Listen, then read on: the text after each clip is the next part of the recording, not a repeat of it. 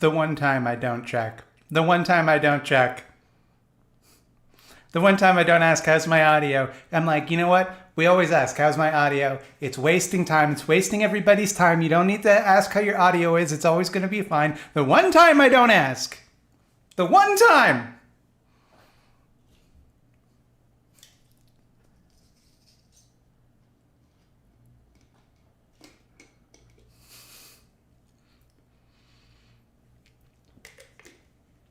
Hello. I don't know what I'm going to do in the stream. I don't know. Every week, my greatest fear will give you an insight into my particular anxiety disorder.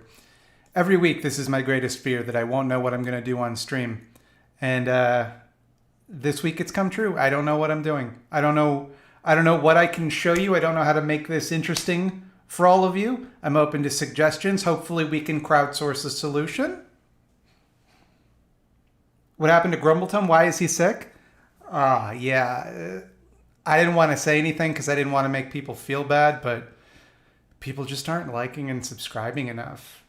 And he's not getting enough food.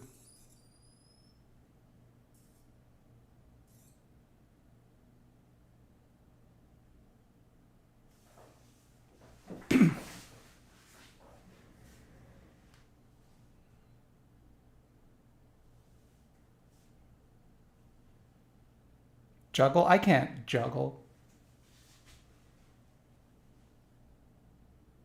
Let's make fun of Breaker You again. I feel like we've mined it, though. There's nothing left. Can I debunk some COVID misinformation? Yeah, that's a good way to get my channel demonetized.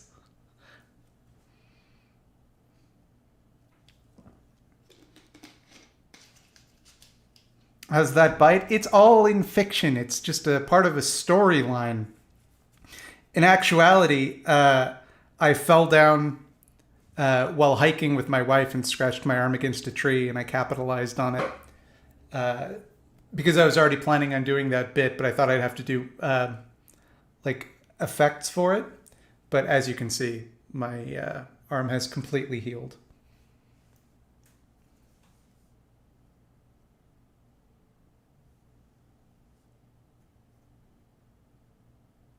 Prove the light switch behind you isn't a green screen? All right.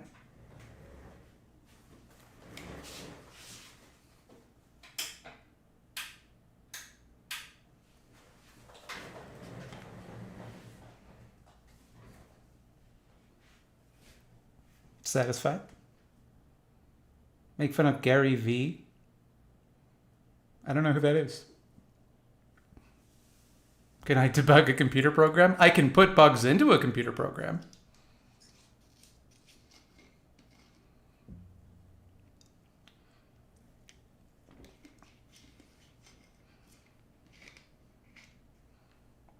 Play Disco Elysium? I don't have it. I don't have the video game. I've considered it. Here's the situation. I know that nobody's going to be very sympathetic about this, but I'm a little strapped for cash right now. And I thought Disco Elysium might work, but I didn't want to spend the money. Which is... even if I had the money right now, I wouldn't download it and play it in the middle of a stream, but it's just... To answer your question, that's why I did consider that, because it's the game that people seem to be interested in watching me play because of all of the communism in it. But right now is not a great time to be spending money for me. Let's put on some music, actually.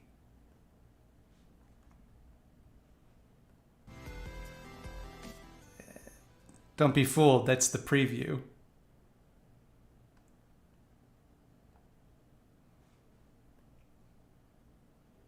Who is Gary V?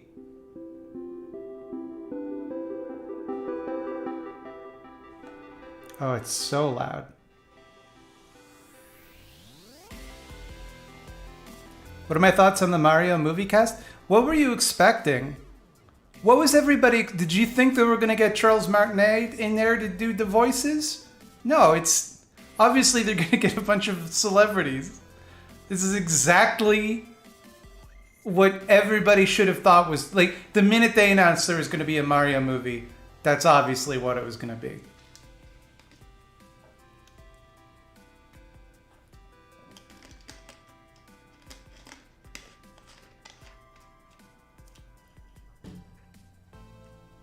Like, here's some advice. Here's some free advice.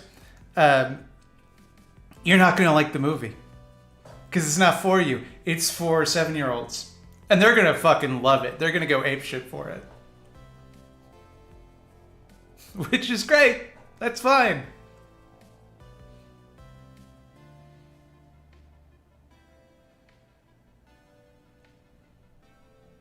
Danny DeVito should have been Mario because they got Charlie Day as Luigi. And for those wondering, no, that's not a joke.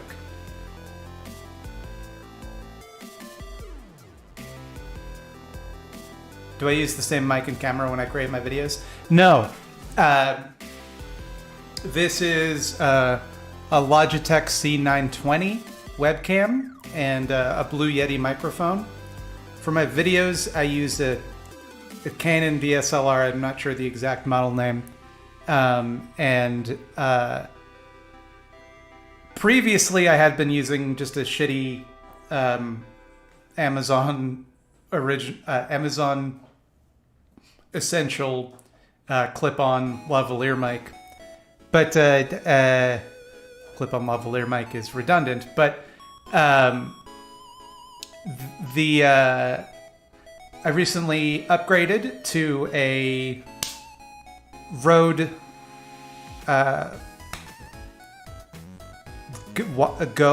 Rode Go, I think it's called.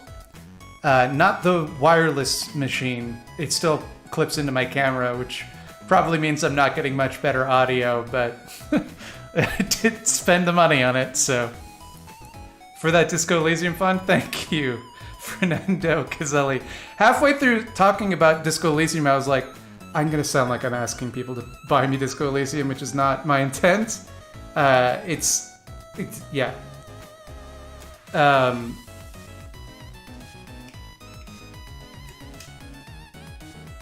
You always thought Kamek was female?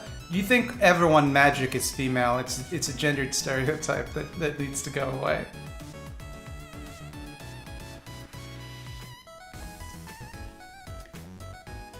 Have I seen The Old Ways yet? No. I've been deep in the Zombos this month.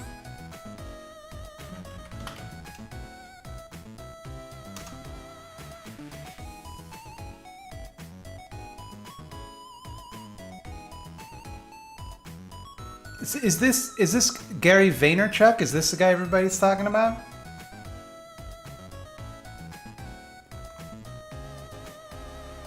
So I have to watch Video Dead, right? You don't have to. I would recommend that you do. And if you drink, I would recommend that you have some drinks with friends while doing so.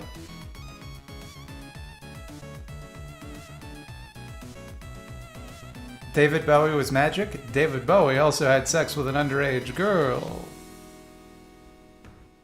So there's that.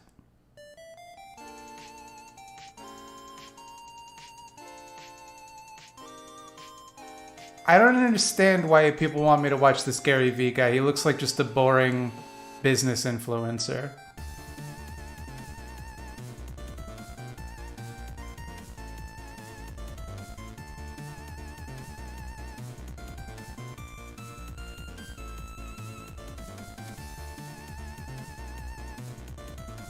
Got a wet puppet recommendation for you, Bad Milo.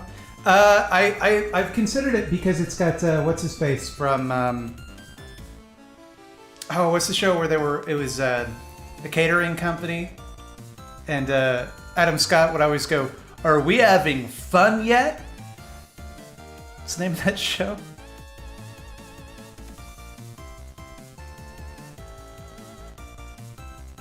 Party Down. That's the show. Party Down.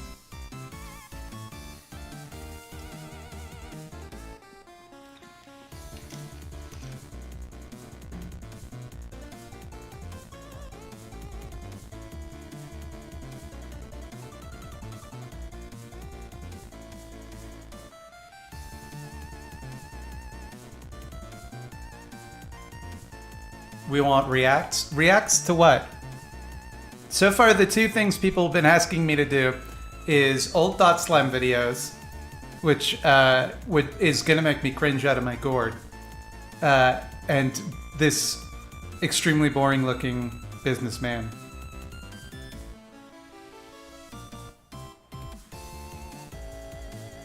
Did Bobby Duke ever find a good mattress?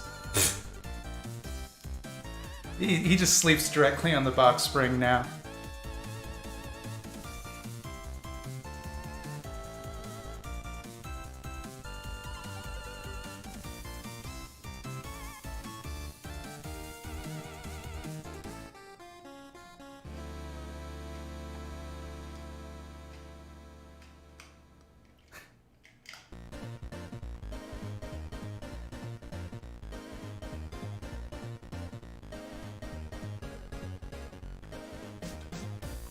I'll watch old Dot Slam videos.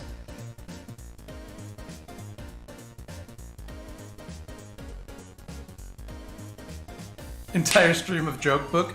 Don't tempt me. That'll be the April Fool's Day stream.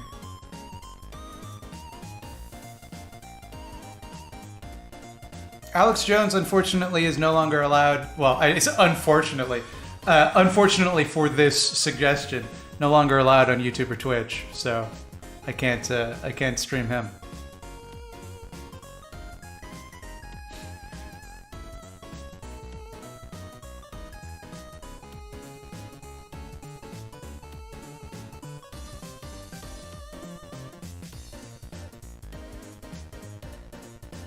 You can watch Step Back. Why would I give him my time of day? That motherfucker.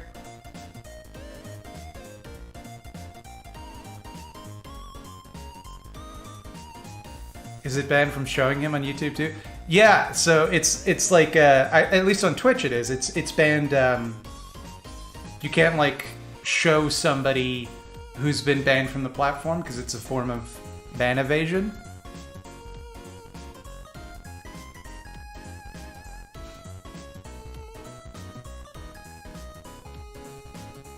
Ranking classic slashers by how well they do in a debate.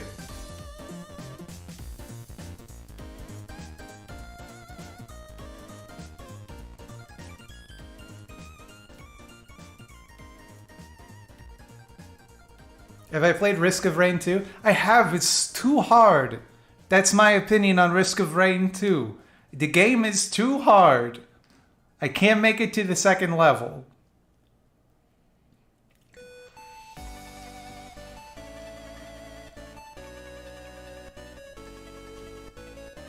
Let's watch the Canadian Libertarian. That dude was great. We could check in on the Canadian Libertarian.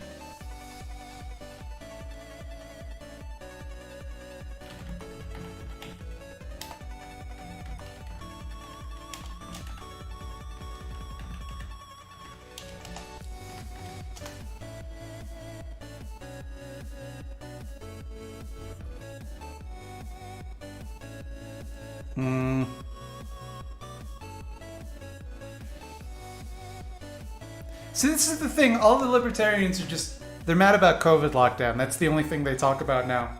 COVID has ruined libertarianism as a lol cow.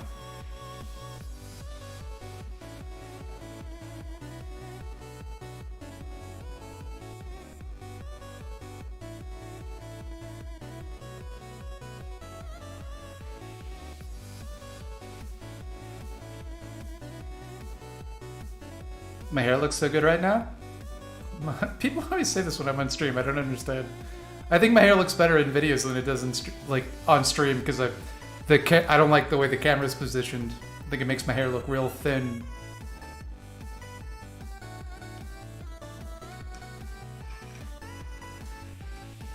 The display shelf is very minimalist.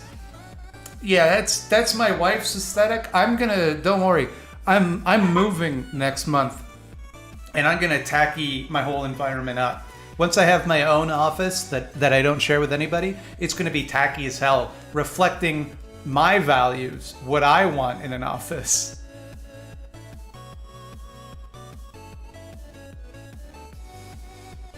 You have fluffy hair. It's humidity. Humidity makes my hair like poof up.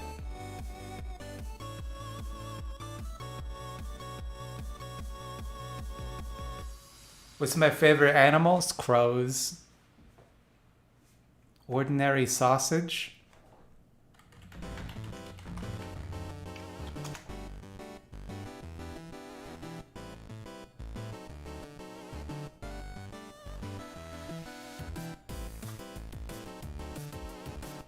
I'm not liking what I see.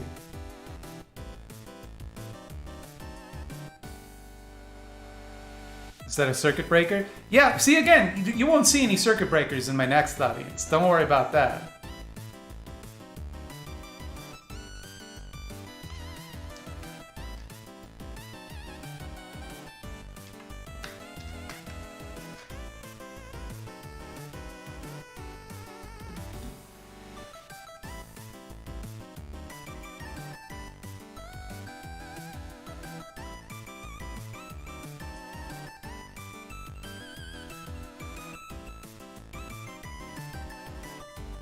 You know I can see behind me. I can look at my monitor and see myself. You can't tell me stuff is coming up behind me. And if you were going to, it would have to be something that is not captured on camera, like a ghost or a Dracula. But if that were the case, how would you be seeing it?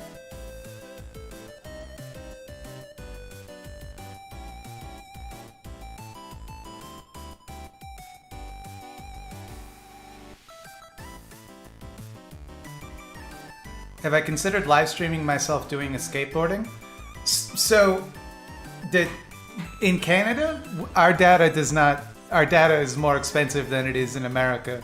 That would not be a stream I could really do. And also, I feel like people would like watch where I was skating and like go out to meet me so they could beat me up. Is the thing that would happen? I think if I did like a out there IRL stream.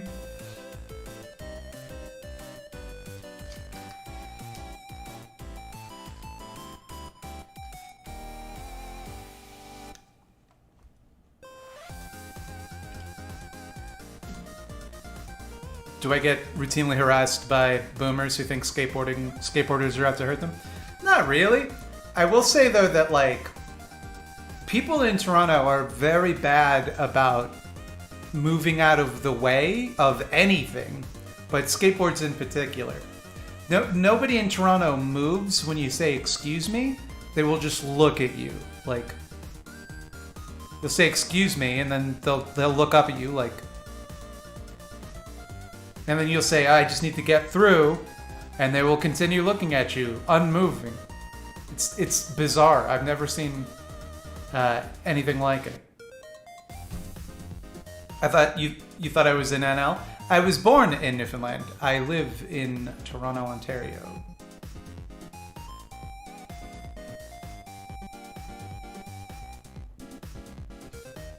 Say it in French, like, excusez-moi.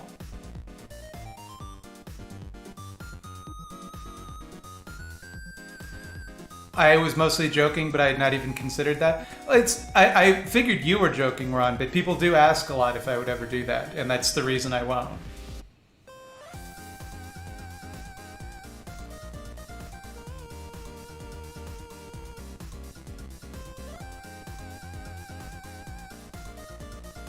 Was that a Twitch alert?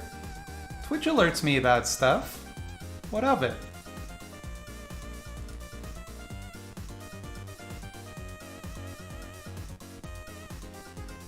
Is Rush Hour the most racist movie still beloved by people? Not even close. There are so many more racist movies that are still beloved by people.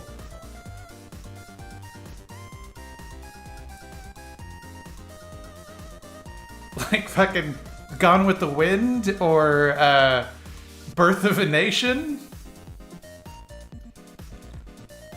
Breakfast at Tiffany's? Yes. Lady and the Tramp? Pretty much any Disney cartoon before the 70s.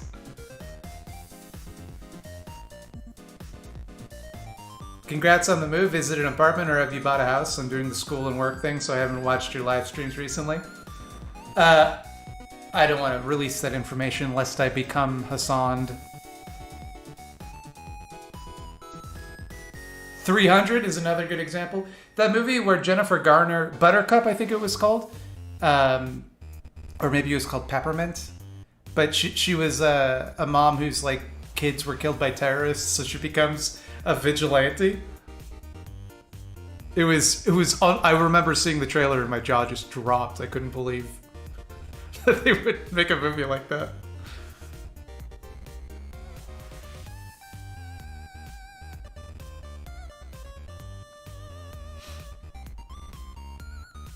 Is Lion King racist? I would argue that you could make a very solid... To me, yeah, I see that the Lion King is kind of a weird pro-apartheid thing. Because it's all about how, like, the rightful king is in control. And then the kingdom is usurped by his dark-skinned brother and a bunch of hyenas, one of whom is literally played by Whoopi Goldberg. And when they're in control of the kingdom, it's topsy-turvy and everything goes bad. And then it's only when the rightful king comes back is order restored. There is a... I don't think necessarily it was people's intention, but it could certainly be read that way. I think it was their intention simply to rip off Kimba the White Lion.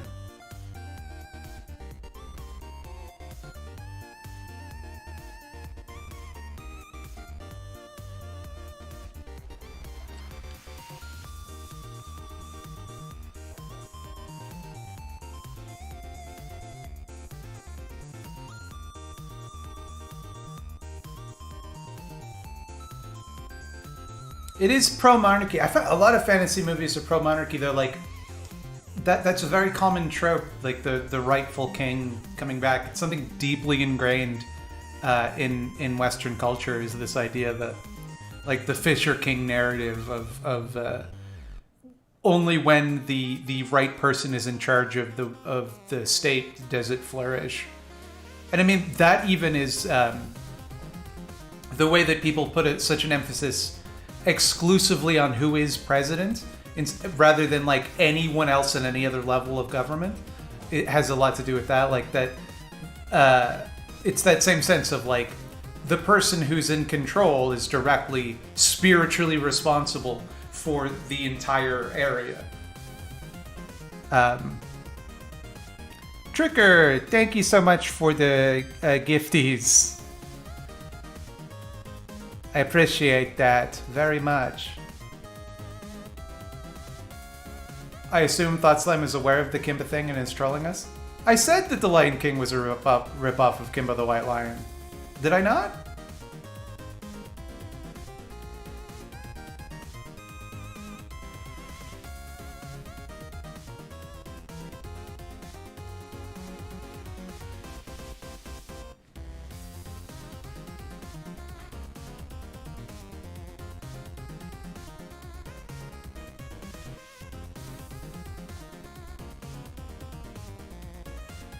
It's an internet lie?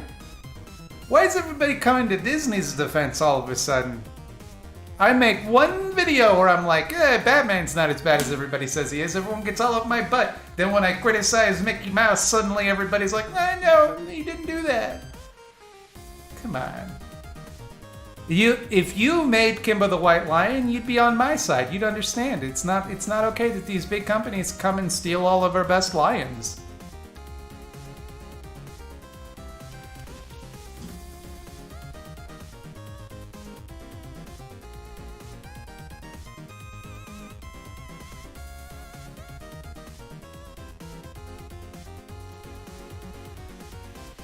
Because it's literally not a ripoff. Oh, I'm sorry, what is Kimba the White Lion about? Some sort of Lion King? I rest my case, Your Honor.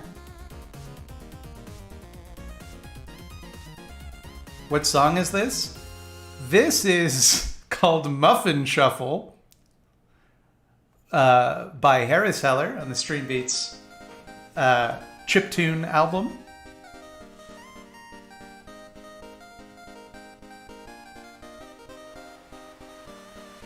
Your Batman video is really good. It's why I subscribed. If there was any video I was ever going to remake, that would be the one. Because I have a lot more to say on the subject, and I don't think I argued it as well as I probably should have. Like, at no point did I discuss, like, what fascism is. And I think that might have been helpful to illustrate the point.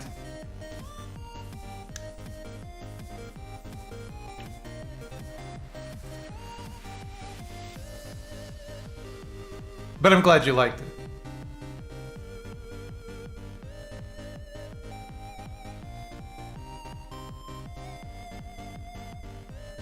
Let's not go down the remake rabbit hole. No, but it's you know, I put a video out I put a video out every week. Like, I can't be too precious with them, you know? There's a few videos where I feel like I would change if I were to make them today. One, I did not like the video I made about the state. I feel like it's just a lot of problems with that one. I'm probably, at some point, I'm probably going to take it down, just because I don't think it's a particularly well thought out examination of the state, what it is and why it's a problem. The Batman video I would change up. The video on Watchmen, I think I just straight up don't agree with that anymore.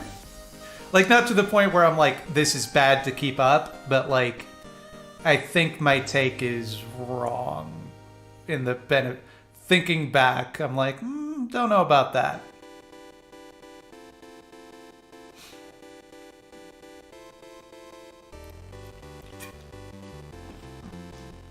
If indigenous tribes people were ritualistically torturing dogs, would you be opposed to criticism of this behavior? But they weren't, were they? This is one of these things where it's like, well, what if the worst thing happened? Would you still have the opinion you have? This person is mad because I said that anyone who criticizes or seeks to stand in the way of indigenous hunting rights is probably a racist. These were my words, and it has completely just set off all of the white vegans. They're all super mad, and it's good. I'm glad. If you are so fragile that you can't handle like a statement like that, then get lost. Kick rocks. Who needs you?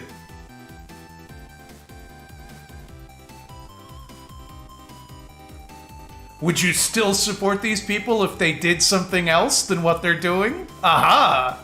How inconsistent of you, thought Slime.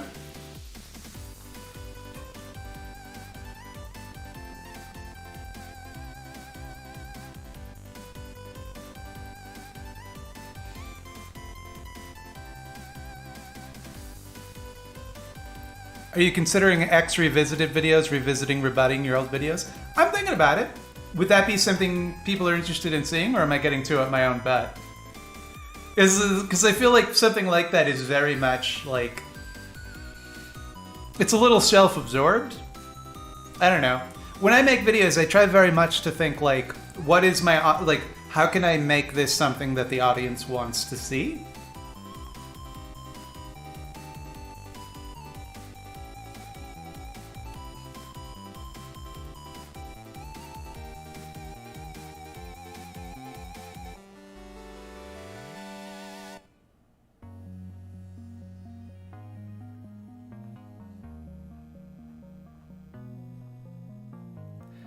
To me, like an argument like, would you support indigenous people torturing dogs, is essentially the equivalent of saying, would you still be a vegan if plants felt pain?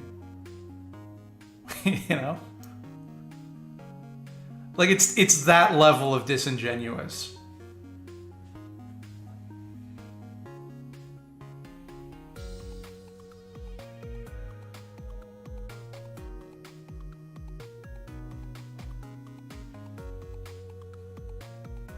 I loved your ADHD video. Thank you. I was very proud of that video. I worked very hard on that one.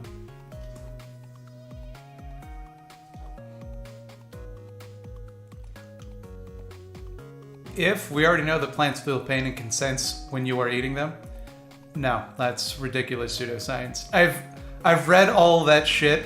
It's always like plants can react to external stimuli, therefore plants must feel pain. Plants don't have a fucking nervous system. They don't feel anything.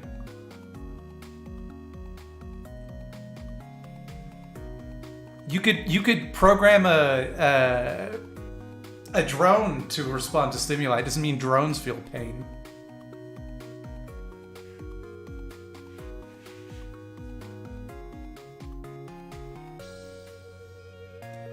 To be perfectly fair, there's a lot of evidence that the plants do feel pain. No, there are studies and experiments done that shitty science writers then filter through the clickbaitization process to make it sound like plants feel pain. They absolutely do not.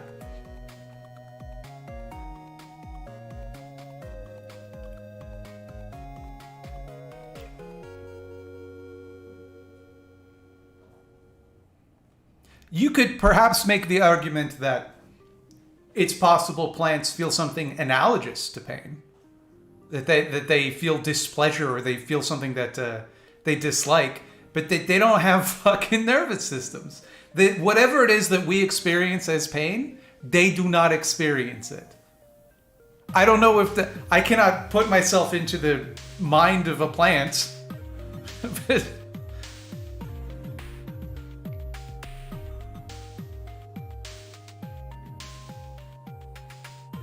certain animals don't even have nervous systems. Then those animals don't feel pain. I don't think the jellyfish feel pain, probably.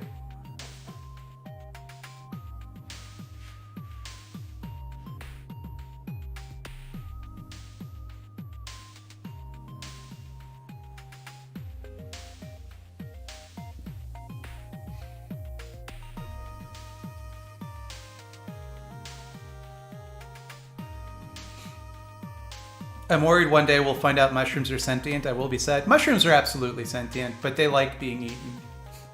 The fact of the matter is the part of the mushroom that you eat is not actually the part that is required for them to live. So mushrooms very much evolved to be eaten and started releasing chemicals in our brain that reveal truths to us. It's a symbiotic relationship.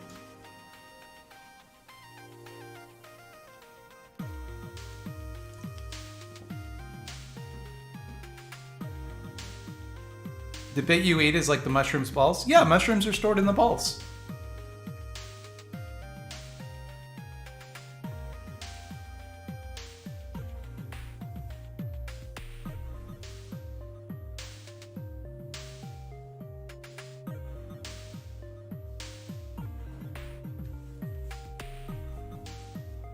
My super chat got missed? Did it now? Did it now? I can sit tight. I can get to the bottom of this.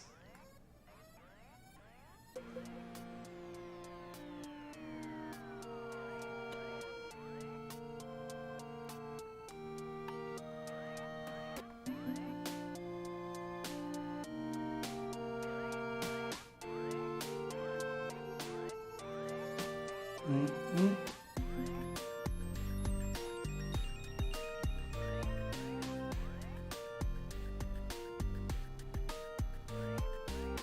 I have a myriad of disabilities, including ADHD. That vid you made on it was really a breath of fresh air. Does the same advice still apply to me? The same advice? The advice I gave in the video, that you should reevaluate the narrative you talk about yourself and whether or not it's fair based on new evidence? Yeah, absolutely. I think that I think a lot of times people and I apologize if this isn't what you meant or if you were asking that about something I was talking about earlier, but I think a lot of time people, particularly people with disabilities, inherit fucked up ideas about themselves that it's best to question. And part of the message of that ADHD video that I was trying to get across is that like I lived with those for so long before, and like I couldn't communicate to people why I felt the way that I did. And then once I discovered this new evidence, this new factor that I hadn't considered, it reframed the way that I viewed myself. And to then ask other people to look at their lives and consider that maybe there's some other factor they haven't considered. And to kind of shake up the negative self-talk that they give to themselves.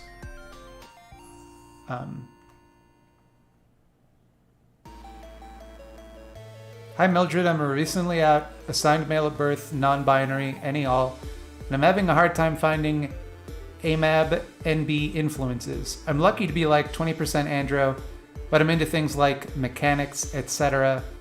Any advice/material? What do you mean stuff like mechanics? Like fixing cars? I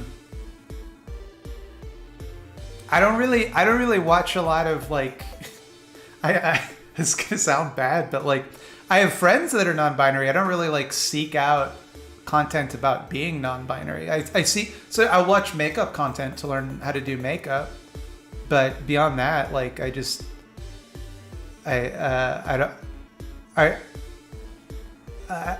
I'm not really sure what you're asking.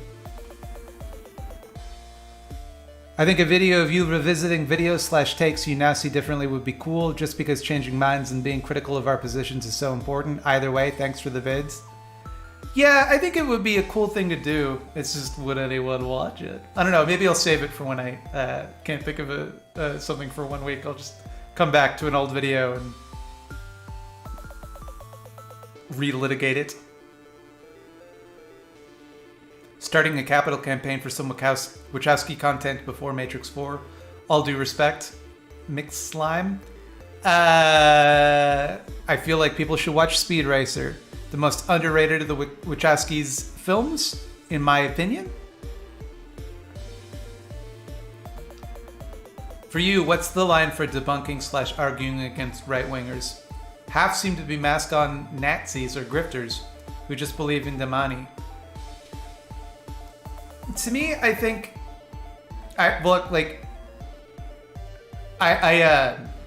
if by arguing against you mean debating, my stance is that I just don't do it. Not only because I think I would be bad at it, I'm easily flustered, and I think I would get very angry very quickly. But in terms of like, when do I think debunking someone platforms them? For example, do I think that by making a video about the Turner Diaries that 1 million people have watched, I've platformed the Turner Diaries? And I don't. And I'll tell you why. It's because I don't think the idea that like simply acknowledging something exists is platforming. I think you platform something when you allow them to, or someone, if you allow them to speak on their own terms, if you allow them to present their message as they would like to present it. I think that is the issue.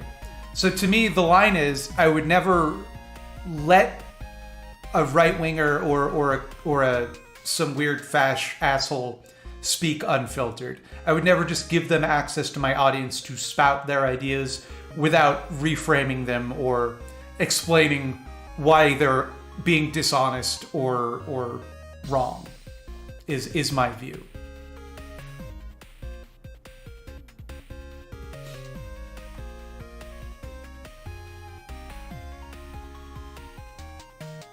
Have I considered a QAnon anarchy rebuild a la Neon Genesis Evangelion? No, because it's just not the type of content that interests me anymore.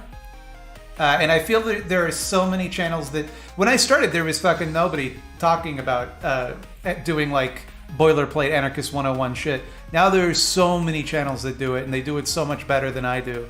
So, and that's not to, look, when I say that, I don't mean that there was nobody explaining it. There were obviously people explaining it and explaining it better than I do, even at that time. Libertarian Socialist Rants, Zoe Baker, etc. But what I flatter myself that I did was that I did it in a more approachable way, which I think was novel at the time. Now not so much. Now there's plenty of people that can do that and can do it better than I do it. So I've kind of just moved on to like, what other shit can I talk about? And it's always something less important.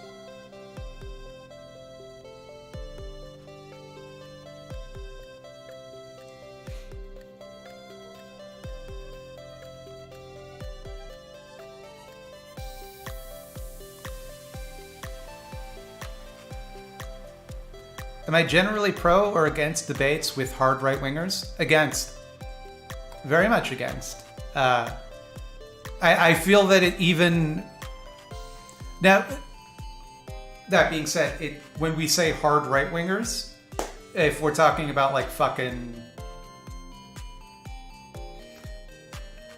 I'm having trouble thinking of like someone who's right-wing that I would be comfortable having a debate with. Who I would consider like not dangerous to platform. I'm having not a lot coming to mind.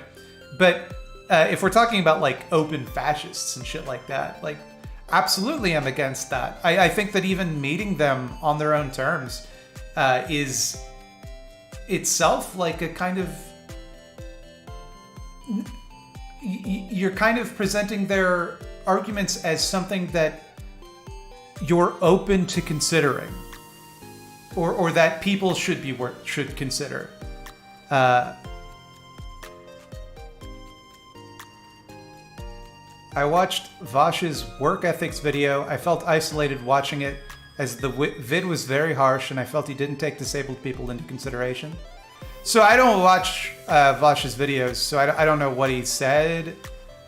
But like, what was he saying, that like hard work is good? What was his take that was upsetting?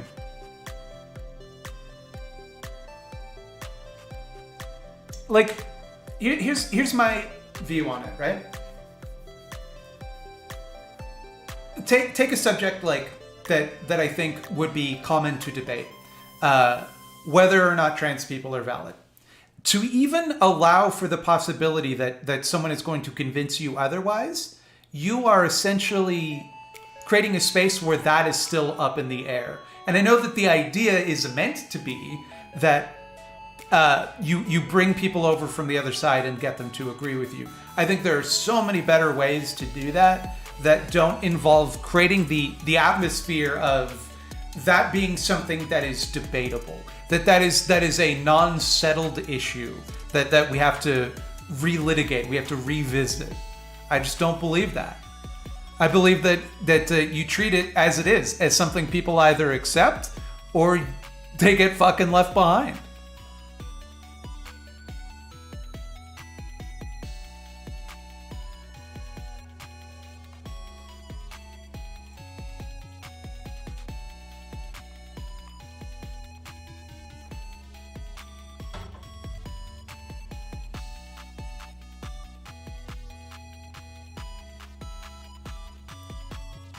Is Vosh even leftist? Yeah, he is, and that should be interpreted as a huge criticism of the left. Every time, this is the thing. I feel like a lot of times we on the left will react to criticism. We'll look at like behavior that is endemic to the online left, and then point at someone who exhibits that behavior and say, well, they're not a real leftist, so we don't have to like do any soul searching about why this keeps happening.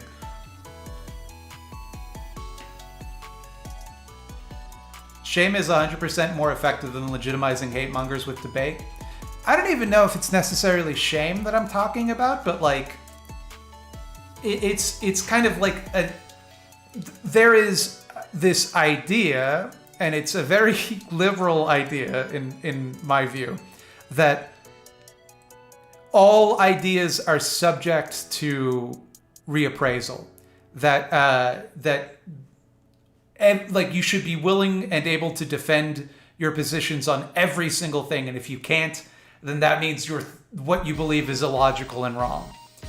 But I think there are certain things that are like a priori true, that are like, you wouldn't have a debate on whether or not human life is precious, right? It's a pointless, because it's just not something you should allow yourself to accept the opposite of. And I think if we allow that there are some things that are morally settled, just done, then I don't see the need to try and to like leave that space open for people to come and say, oh, well, what if I have a really good argument that it's wrong to be gay? Well, I don't fucking care. I don't fucking care, because it isn't wrong to be gay. We know this. So we can either spend the rest of our lives going over that again and again, constantly defending that, constantly having the same discussion that goes nowhere, where we spin our tires simply because people refuse to move on.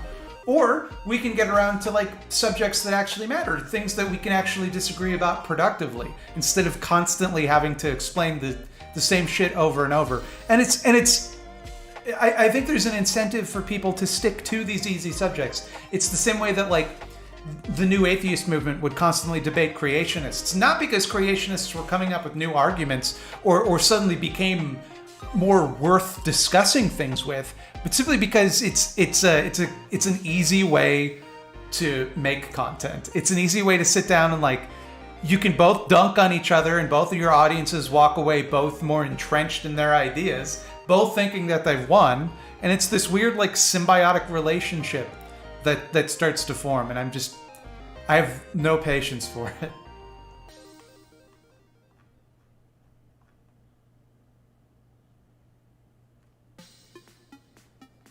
What do you think about a lot of self-identified conservatives when polled agree largely with left positions but don't vote for those issues?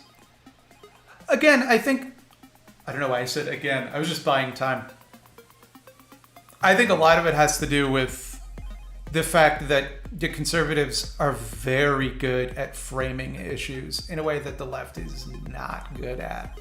So they will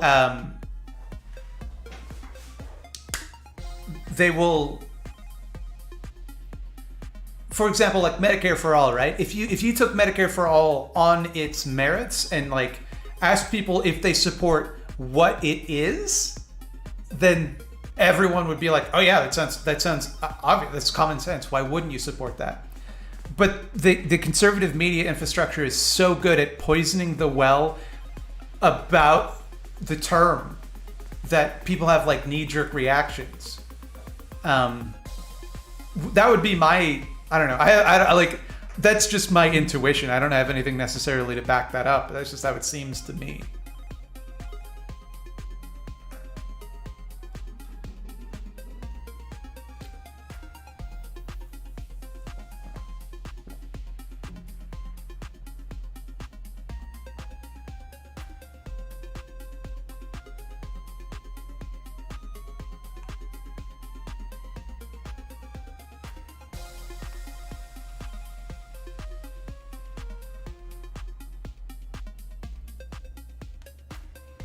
And I think there's also, there's an aspect of, there is a political class of people that they are the ones who frame the narrative. So like people are talking about libertarians, calling them conservatives who like weed. Marijuana legalization in the United States is popular across party lines. Like it is, and it has been for a long time, for decades. But they're still able to frame opposition to marijuana legalization as a conservative standpoint, because there are a group of people who are the political class, like your Tucker Carlsons, your Gutfields, who can speak for them. And everybody just kind of, well, if that's what they believe, that must be what we as conservatives believe. And there are obviously liberal equivalents like not Nancy Pelosi. What was the Rachel Maddow That's really embarrassing that I got those confused. The mic sort of looks like a canister of gas, though, weirdly. It is. I'm doing whippets right now.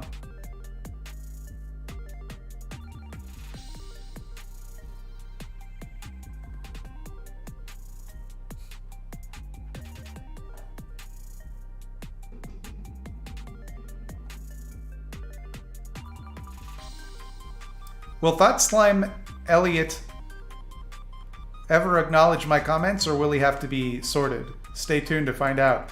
I don't know what that means. It's vaguely sinister.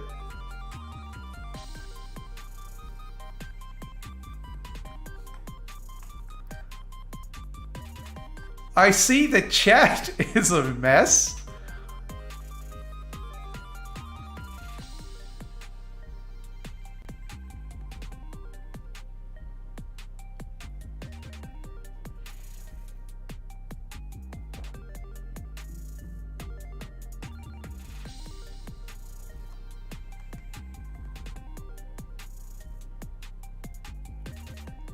I don't know. Maybe I'm getting too real tonight. Maybe my filter's off too much. T.S. Eliot. Yeah, I've made that joke myself. I don't know how I never got that. Is chat ever not a mess? It depends on whether or not I talk about veganism, Vosh, or what else sets chat off? There was one that I got into a real bad like spiral a couple of streams ago. What's that metal thing in front of you? This is my my microphone. See?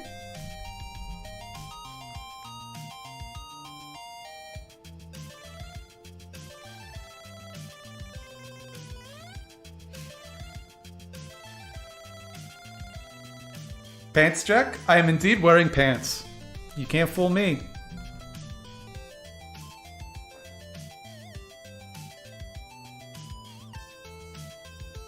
Caleb mopping? No, people on my in my chat tend to be pretty anti-Caleb. Occasionally, some weird Caleb lick spittles will show up in chat, but I wouldn't say that really gets chat going.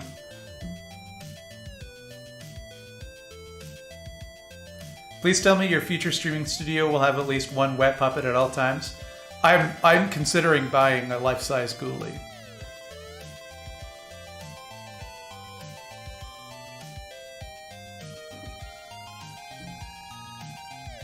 Put googly eyes on the mic. I do have some.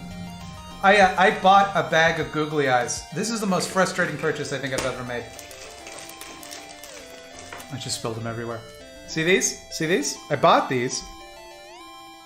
They're not adhesive on the back, so they're useless.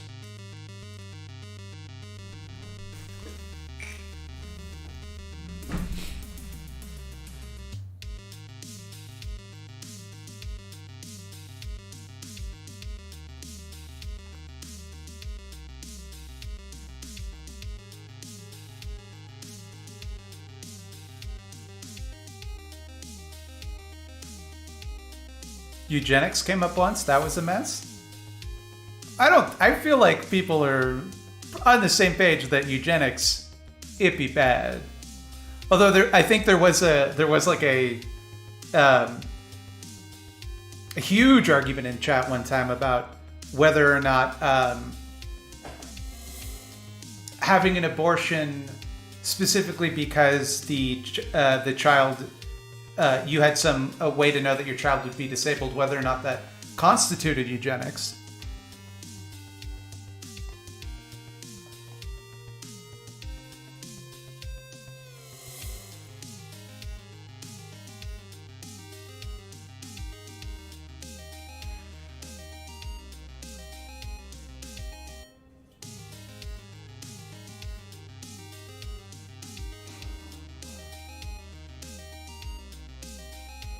$610 million to have little to no changes to the seats. Yeah, what a fucking useless election. Very cool. Very cool that thousands of people are going to catch COVID and die because Justin Trudeau thought he could get a majority and he didn't. I'm glad he didn't. But just a real piece of trash, that prime minister of ours. Vash's point was that basically everyone on the left had been mollycoddled and that hard work should be enforced, but didn't mention people with disabilities.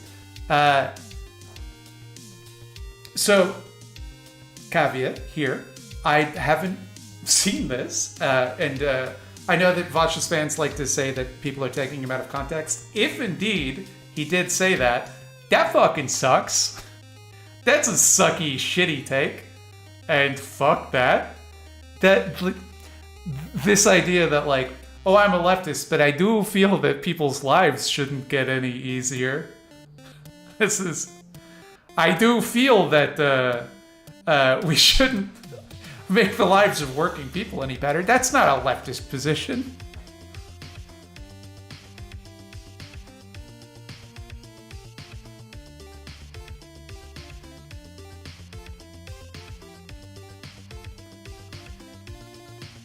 It's also like, I gotta tell you, I do pretty much the same job he does.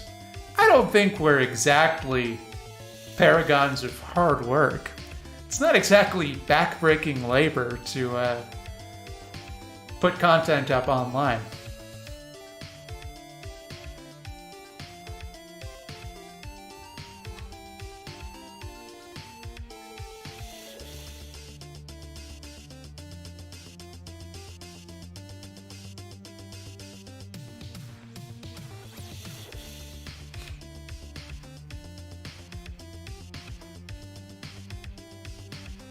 This is to me. There's that meme going around of the.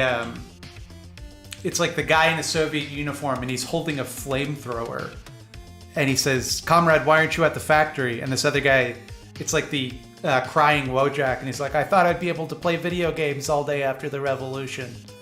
And it's like, so your view of how we're gonna make the world a better place is. We're going to have people wandering the streets with flamethrowers to enforce mandatory labor. That's how we're going to uplift the working class. That's how that's going to be done. That makes sense. That sounds like a real good system. That's not going to backfire in any way.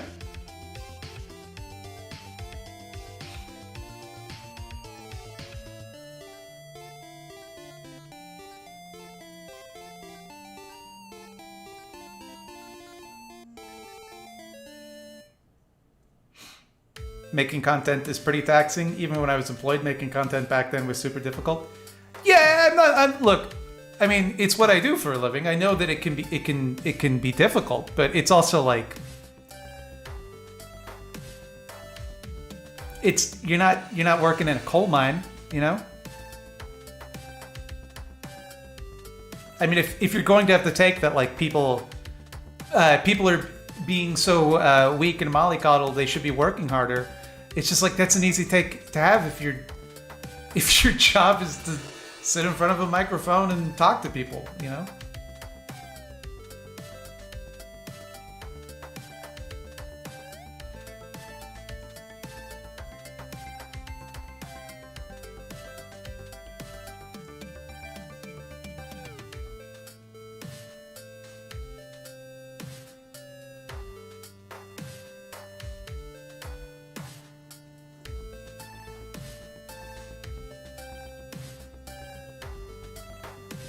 I mean, people are telling me that I'm being too unforgiving of content. I do this for a living. Like, I know exactly how it is. It's like I work very hard at my job. I gotta tell you, it's not nearly the same as like working retail. That is truly hell on earth work.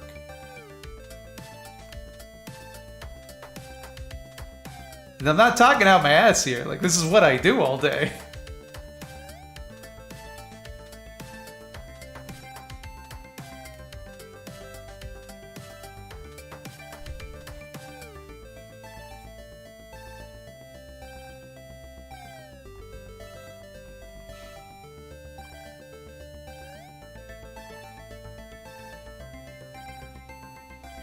Butt Slime hates content creators like we're in hell. He made Sam cry.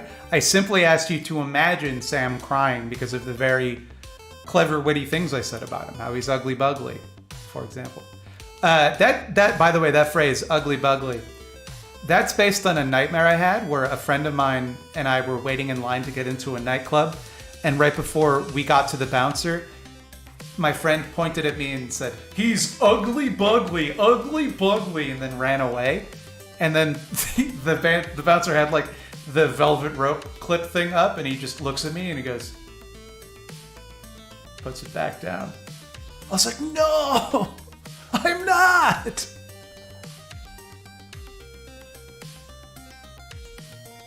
I'm not trying to make excuses. It's just that I got the wrong vibe from the work ethics video.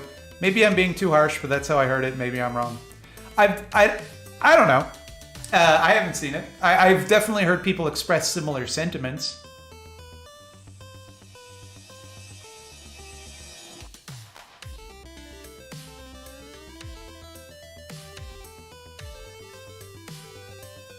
Do I like nightclubs? No. This stream was, I should specify, it was like 15 years ago. I can't even think of the last time I went to a nightclub, to be honest.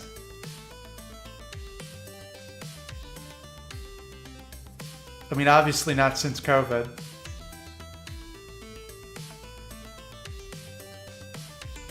And I literally don't think I've ever been in a nightclub where I had to wait in line. And I don't mean that as in like, I got to skip the line. I just mean I've never gone to one that like required people to stand in line.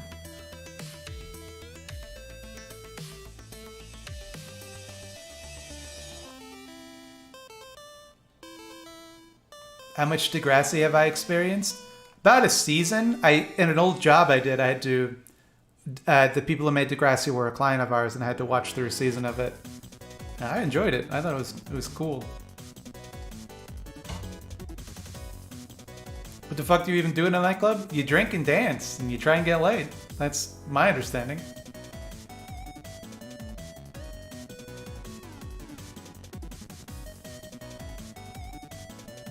Would I fight the quarter ring in a boxing match? I don't know how to put this. Probably not. Because I don't know how tall he is, but I feel like he's probably bigger than me. And, yeah. I feel like that beard, too, is going to cushion. Anytime I try and go for the chin, it's just, he's got a big cushion there. There's no way. I got the reach? How so, though? How tall is he? Does anyone know?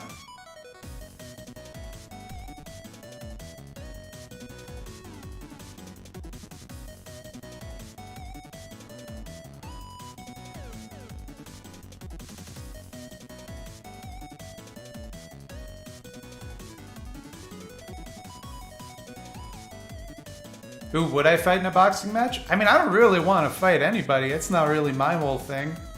If I have given you the impression that I'm a good fighter, it is not my skill set. Not on topic, but your video about ADHD really helps me understand something I've been dealing with my whole life. What topic? There's no topic. I'm glad. People did it for me.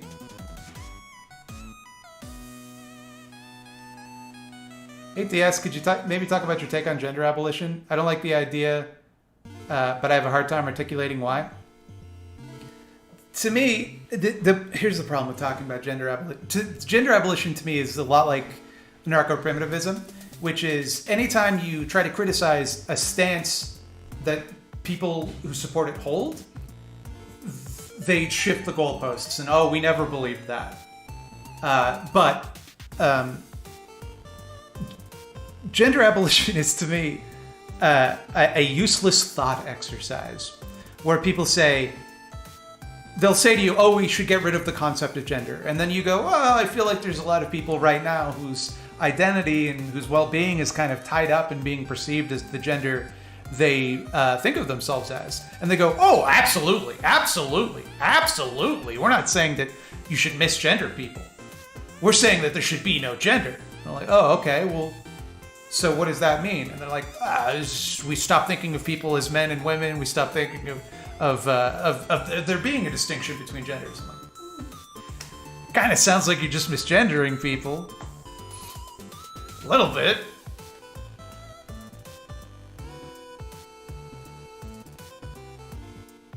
Do you think leftists have a problem being hostile to people who may just be ignorant but otherwise well-meaning / reachable? I think so, yeah. I think that's fair. But I think that people expect a lot of good faith out of leftists that they don't expect out of other groups.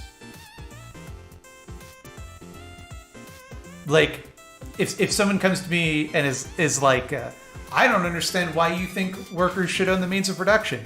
That's something I'm perfectly willing to discuss. If someone comes to me and says, but why is racial segregation bad? I'm not going to dispassionately go, well, glad you asked.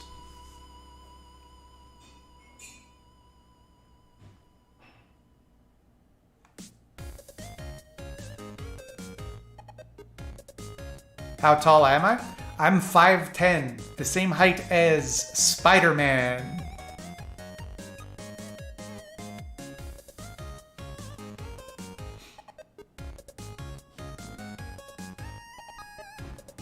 There's a difference between gender itself and gender roles. See, this is exactly what I was talking about. The goalposts move. So, to eliminate gender roles, what does that even mean? Who doesn't agree with that? Who doesn't think that we should stop expecting people of different genders to behave one way or another? Everyone agrees with that. It's a complete shift of the goalpost. If people are like, oh, you need to read Gender Abolitionist Theory. Motherfucker, I've read the Gender Abolitionist Manifesto.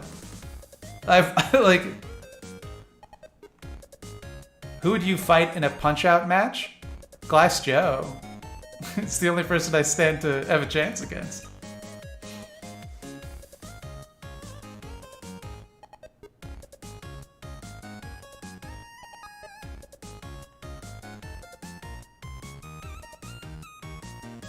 If you were a real webhead, you would know Spider-Man is 5'5", for shame. He's 5'10", you're wrong.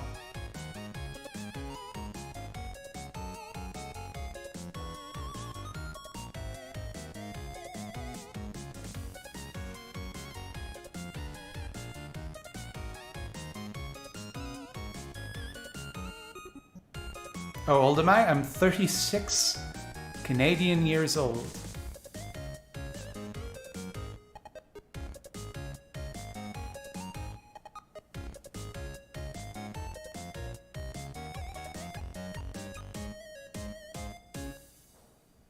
Aren't we all Spider-Man? Anyone can wear the mask. That's what I learned from the hit film Spider-Man Into the Spider-Universe.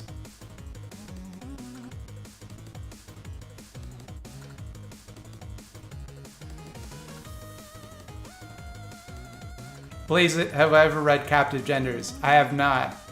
I don't believe that you should raise genders in captivity. I think they should be allowed to roam free.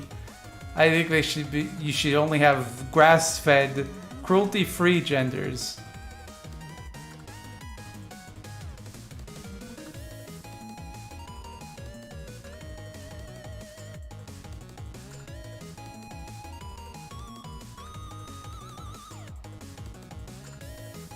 This music slaps. Any kind of link? Yeah, you can go ahead and go to. Hold on. Streambeats.com. It's the Chiptunes playlist. It's completely DMCA friendly, so if you do any kind of content, there you go. That's your slime tip of the day. Who's my favorite indie superhero?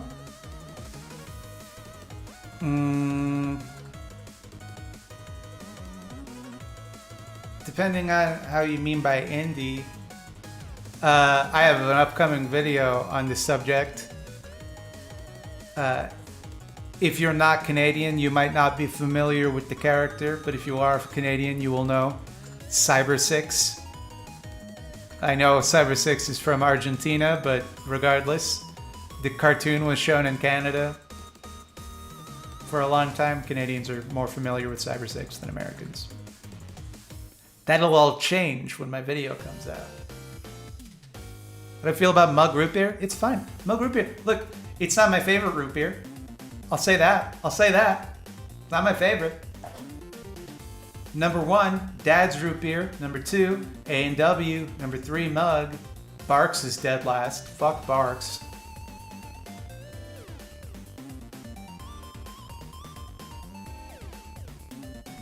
Am I going to cancel Cyber 6? No. Quite the opposite. I come here to praise Cyber 6, not to cancel her.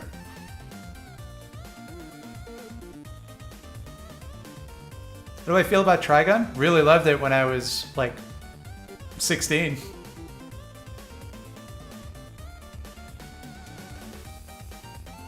I would do anything to get ketchup chips in America. Yo. Specifically ketchup Doritos. They kick ass.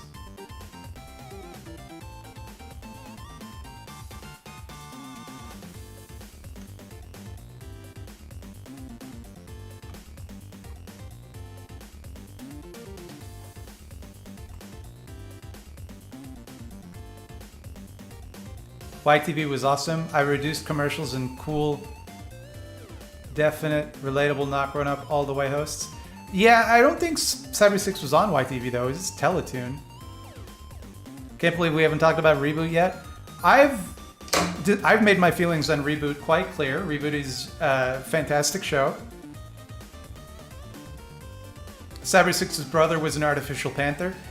Well, technically, he was originally another cyber being, but when Von Richter wiped out all of the cyber line, he put Cyber 29's brain into Data 7's body.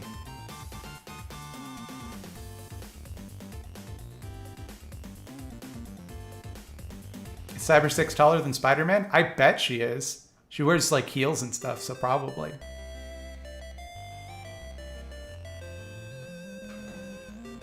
What do you feel about hypocritical anarchists? I think they should be forgiven. Ha! Gotcha.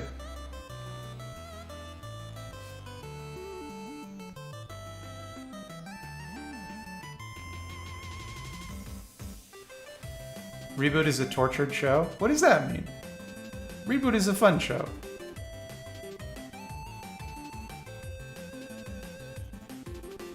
Spider-Man's lucky you got all the positive attributes of a spider and not like 8 dicks or something. You and I have very different definitions of lucky.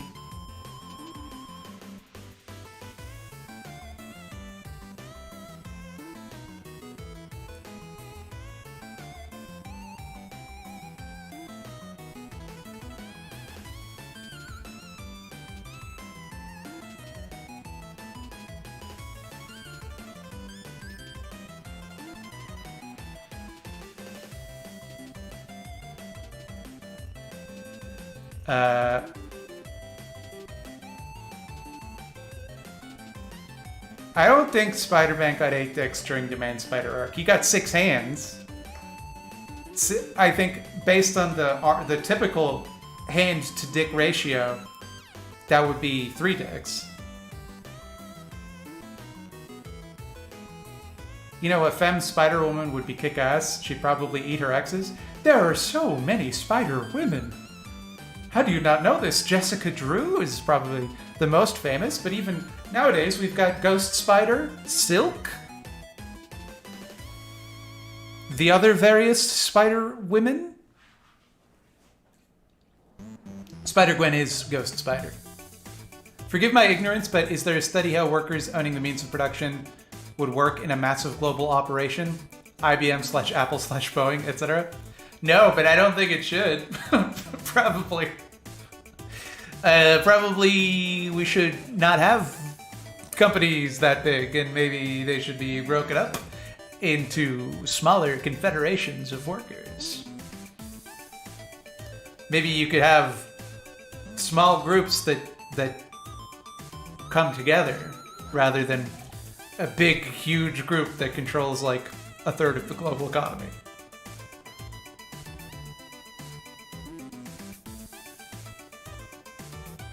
but no spider NBs? There are definitely some out there. What's his face? Oh, I can't believe I'm forgetting this character's name. He was in Maximum Carnage. He's a Spider-Man that has bug eyes and 6 arms. Doppelganger. Doppelganger is probably non-binary.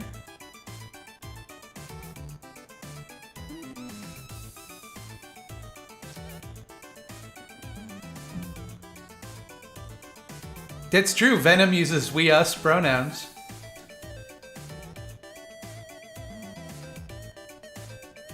Nacho cheese or Cool Ranch Doritos? Well, first of all, I can't eat either. They're both not vegan. But Cool Ranch is the superior flavor.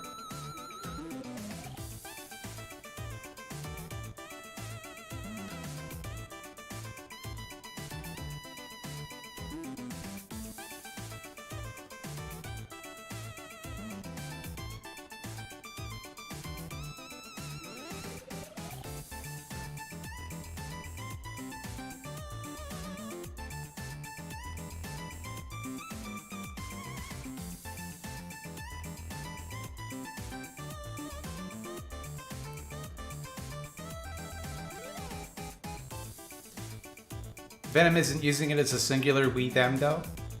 How are they not?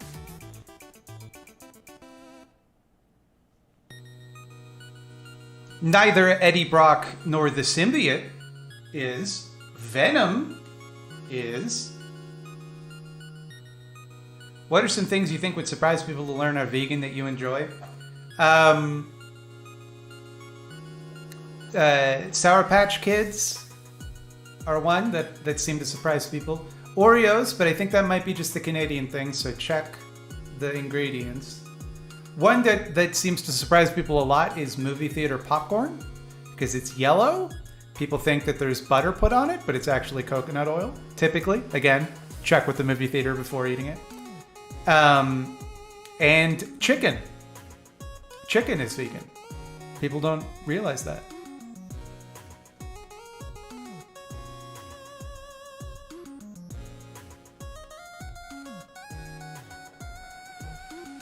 Sweet chili heat Doritos, exactly, yes. And ketchup Doritos for that matter.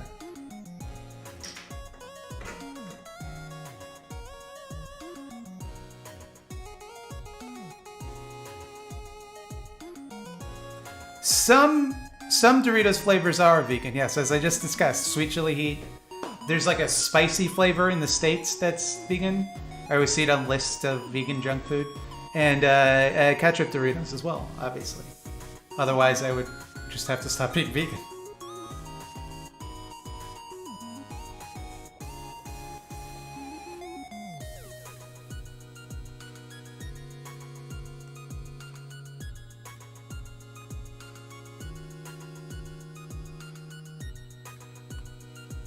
Rank the following: Ash Ketchum, Monkey D. Luffy, SpongeBob SquarePants. That's easy. Luffy, SpongeBob, Ash. Easiest question of my life.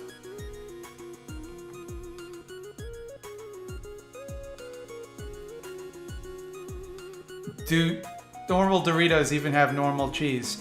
Well, now we're getting into a question of what is the normal cheese. When is cheese normal? This is an interesting question. Doritos certainly don't have the typical cheese. In that sense, you could argue that it's not normal cheese.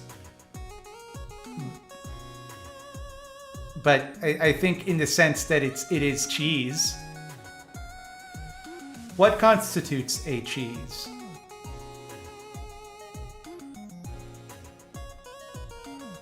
What is the least amount of cheese which must remain on the Dorito for it to be a Dorito?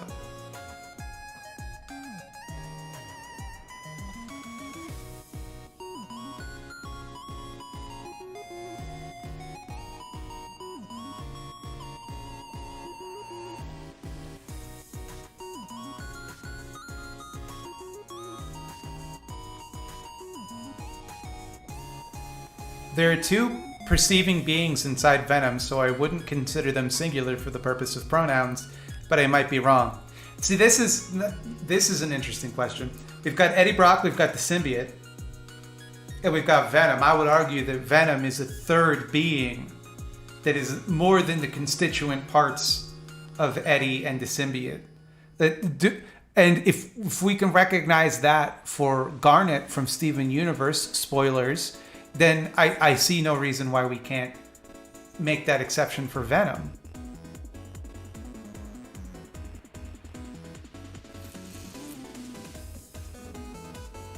Likewise, Carnage, yes. And Toxin. And Shriek. So is Venom a crystal gem? No. Let's not go nuts here. Can Venom date people, or does only Eddie and the symbiote date separately? I think that they could. They don't want to. I think Venom is ace.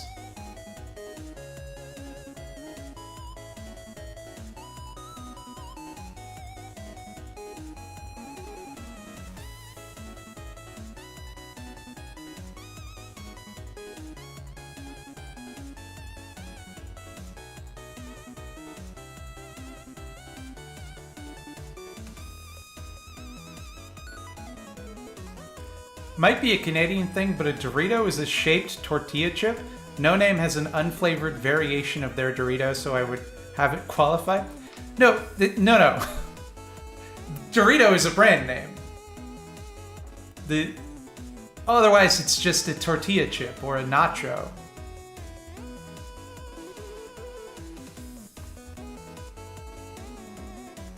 The symbiote is aromantic.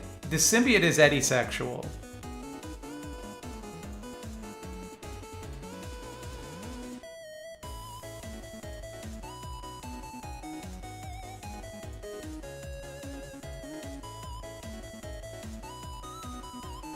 You obviously haven't thought enough about Venom sex. How dare you? How dare you? That's the rudest thing anyone's ever said to me.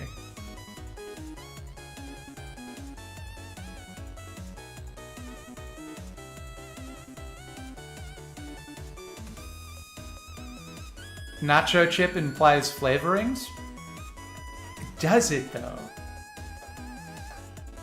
I submit to you, if someone serves you a plate of nachos, and there is a chip untouched by the toppings, is that chip not a nacho? Is it the proximity to the flavorings that makes it a nacho? If so, does having a bag of chips next to a queso dip make them nachos? Even if you don't dip the chips into the queso?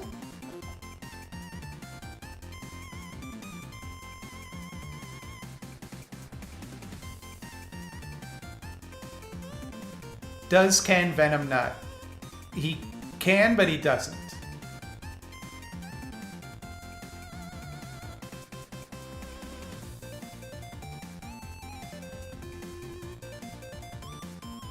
If you dip your finger straight into the cheese, are you a nacho? No. I would say that if we're being serious about this discussion, and I thought we were, but if we're being serious about this, I think we can all agree that nachos require tortilla chips.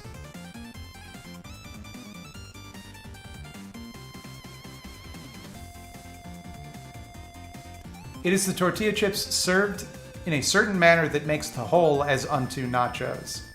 Well, then I submit then, what of the tortilla chip on the plate untouched by toppings?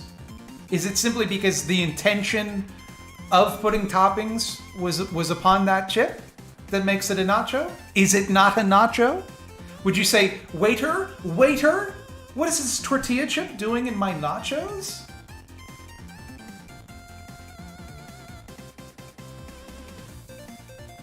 If not intention, are you implying that there's some sort of alchemical process or some sort of transubstantiation that happens to all of the nacho chips in the act of preparing a batch of nachos?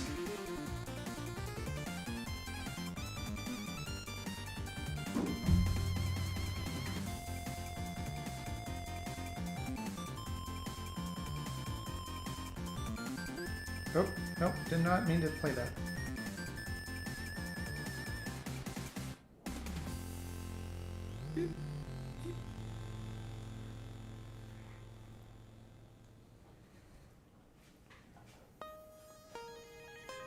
Nachos are defined teleologically. If a chip is not fulfilling its role as a nacho, it loses its nachoicity.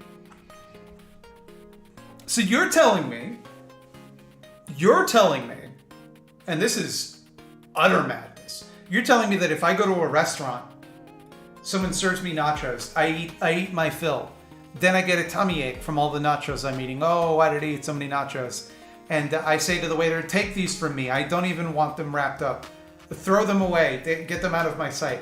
The waiter takes those nachos in the waiter's hands. He takes those nachos. They're still nachos. He puts them in the garbage. Now they're no longer nachos. That's what you're telling me? That's what you're telling me? That doesn't make any sense.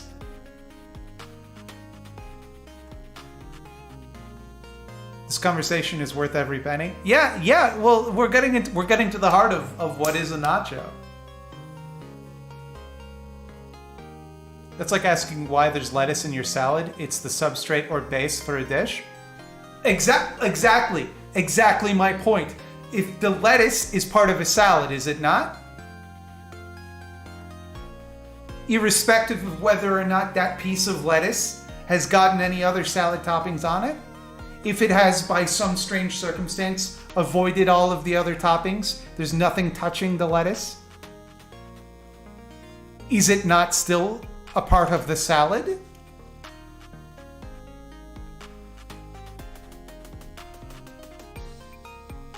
Okay, riddle me this. Why are Doritos nacho flavored? What's the change? Flavorings, perhaps? See, this is an interesting trick you just kind of pulled, because I think you'll find, actually, that they're nacho cheese flavored, not nacho flavored. I thought you could just slip that one past me. You really thought I was just gonna let that go.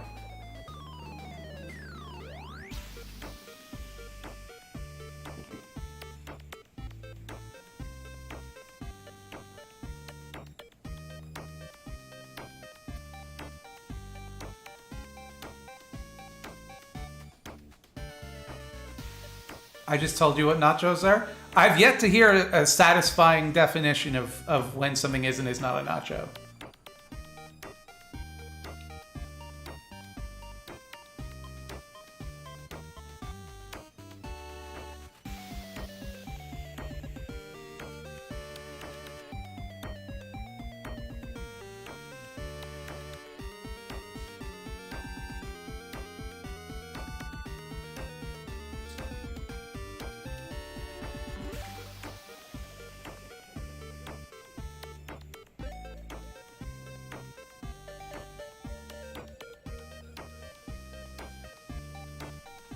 Nacho is the name of the cheese? This is bad. That's pure bad faith arguing right there. If you go to a restaurant, you'd say, excuse me, I would like an order of nachos, and they simply bring you out shredded cheese. Are you satisfied?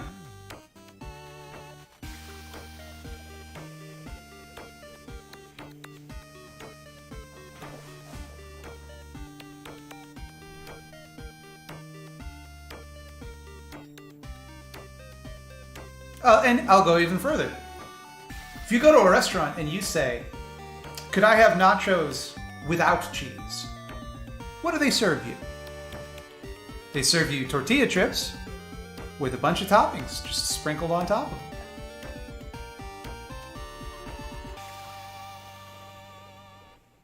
I'm wrong in being pedantic for no reason. These are debate streamer tactics, purposefully obtuse. I'm trying to get to the bottom of this. I'm approaching this in perfectly good faith. People are coming to me saying that it's wrong that I think a tortilla chip can also be called a nacho. And everyone's telling me that that's just incorrect, but nobody's telling me why. Nobody's telling me why. I'm sorry that I'm making you confront some of your own prejudices about different types of chips. Sorry, that's the work I do here.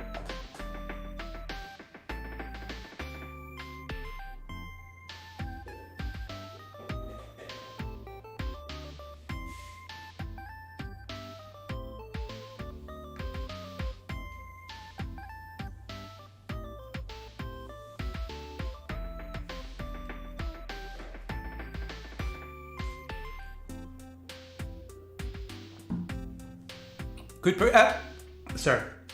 perhaps we say that nachos are any dish that sufficiently create the experience of nachos, i.e. qualia? Yeah, but that implies that there's a sort of distinct from the dish itself, there is a sort of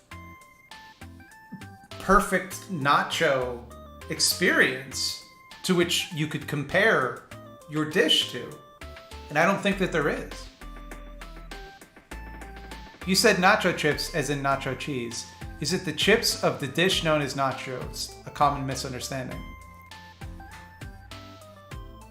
See, I disagree.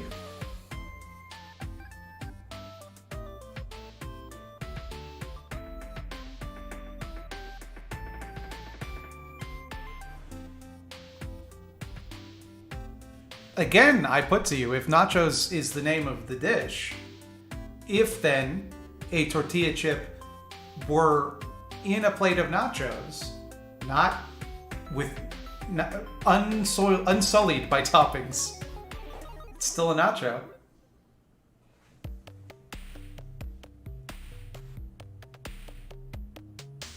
The Video Dead was bonkers. Hope you're doing well, Mildred. I am, because I watched the Video Dead, which makes me always do well. The chips are chips, they become nachos when added together with toppings. That's why we say chip and salsa. Your argument is the same as saying a salad and a sandwich are different, which they are not. And a chipped shell taco is just nacho? Whoa.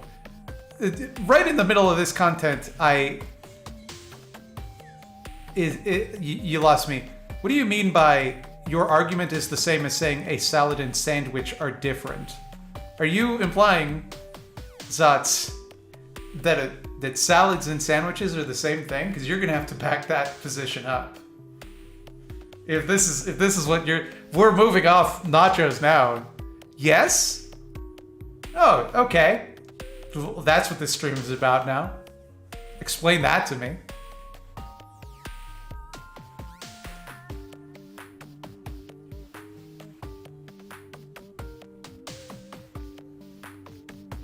A Caesar salad has what? See, if your argument is going to be that it's based on the constituent ingredients, all matter is comprised of the same constituent ingredients. But I think we clearly recognize the difference between gold and boron.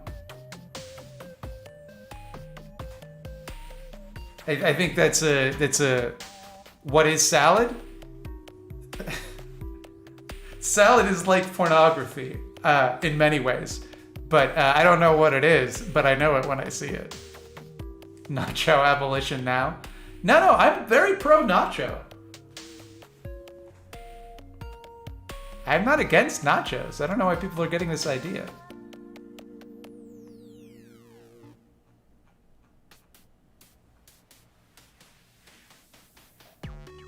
Everything is cosmic soup?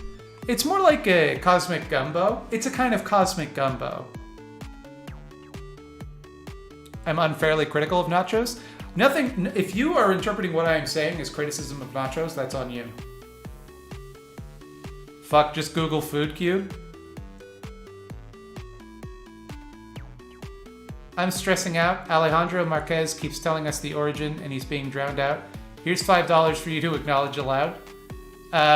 You could have copied and pasted what they were saying so that I could respond to it. Now I have to go through chat looking for this person.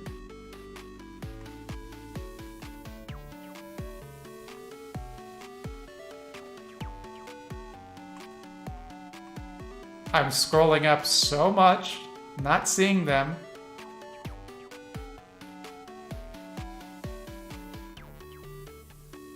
People are like, you're just not letting this person speak. I'm scrolling so far, I've seen nothing.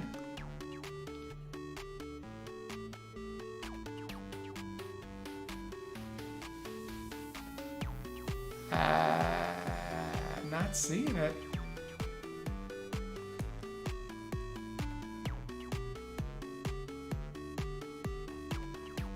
I got you. See, I see Alejandro saying this. I don't see their amazing point. Consider the sacred chant, Nacho, Nacho Man. He clearly stands by and waits for the microwave. He needs to wait for the entire dish, the chips with the toppings, before he's as he wants to be, a Nacho Man. I don't think that his preference for how he likes to eat his food changes whether or not he is a Nacho Man. I am not finding this person's amazing point.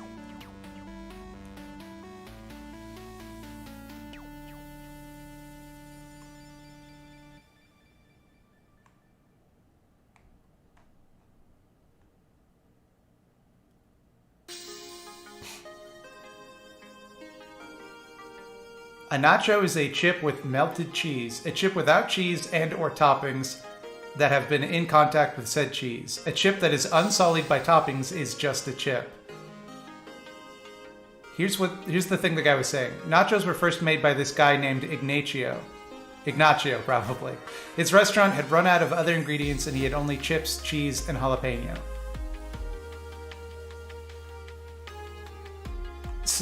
This is a real nacho prescriptivism I'm seeing. You hate to see.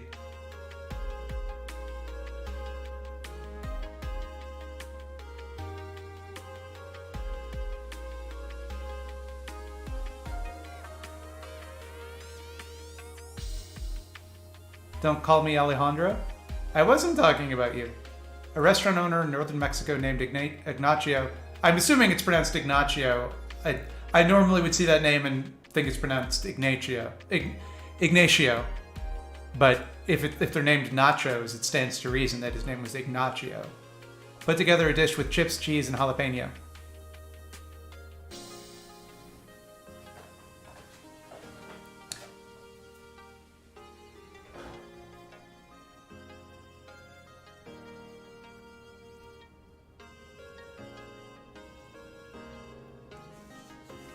Again, if you order nachos without jalapenos, are they still nachos? Because lots of people don't eat jalapenos. So it does seem like there's wiggle room on the exact dish, is there not?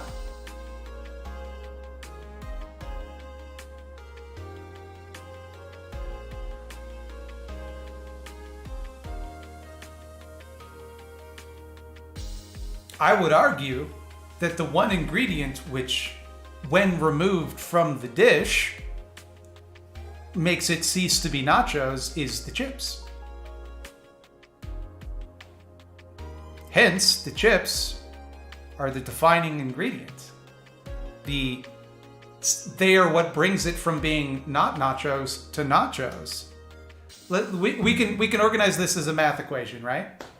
So, toppings plus chips equals nachos, right? So toppings equals nachos minus chips, right? Probably just white people not knowing how to say Ignacio. Now apparently nacho, people are saying in chat that it's like a shorthand version of Ignacio in Spanish.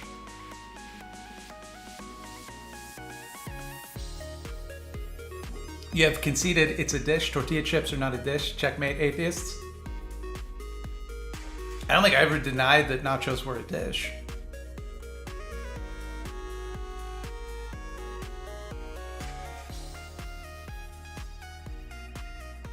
So bread is a sandwich?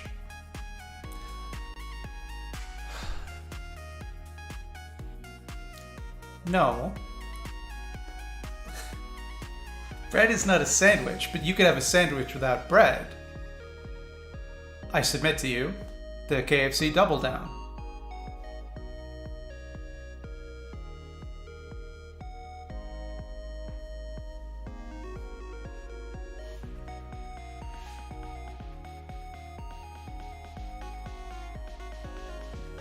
That's not a sandwich, though? Well, surely it is. It's on the sandwich part of the menu.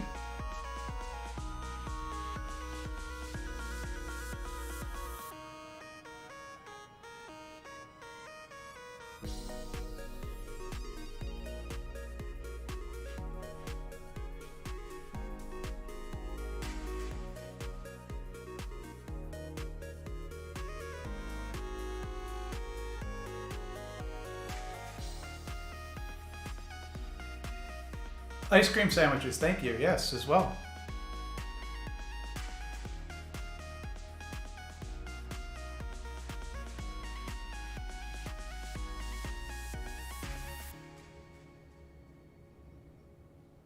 If Double Done is a sandwich, then hot dog is a sandwich too.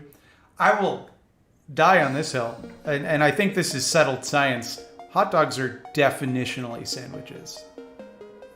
No one disagrees with this. No one reasonable. That's mail that argument back to 2001 when people might have had a falling out about it. Hot dogs are sandwiches,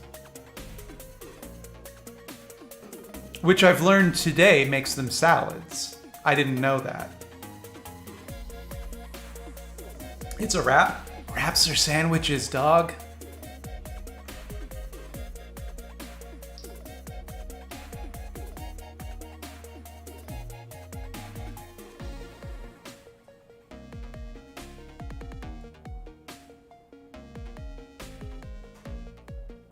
Is pizza a sandwich? Pizza is not a sandwich, but if you take a pizza, fold it, that's a sandwich. A calzone surely is a sandwich. So does it stop being a pizza? Does ham stop being ham when put into a ham sandwich?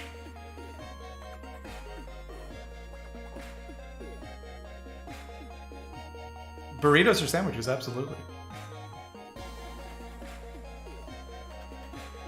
Pizza is a pie? I got bad news for you about pies, my friend.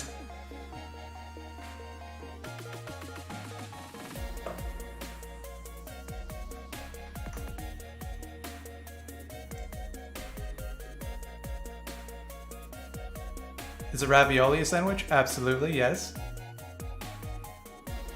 Let me save you some time, everybody. Most things are sandwiches. Most foods, most of the average foods are sandwiches. Ignacio is said as Igna see you. Thought slime. Oh, I thought you were saying goodbye. I was like, why does he keep saying this?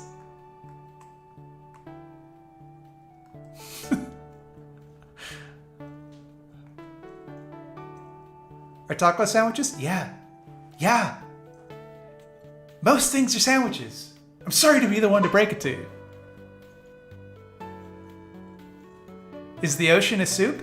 No, you don't drink the ocean. It's bad. You can't drink salt water. Lakes are soups. Freshwater lakes are soups.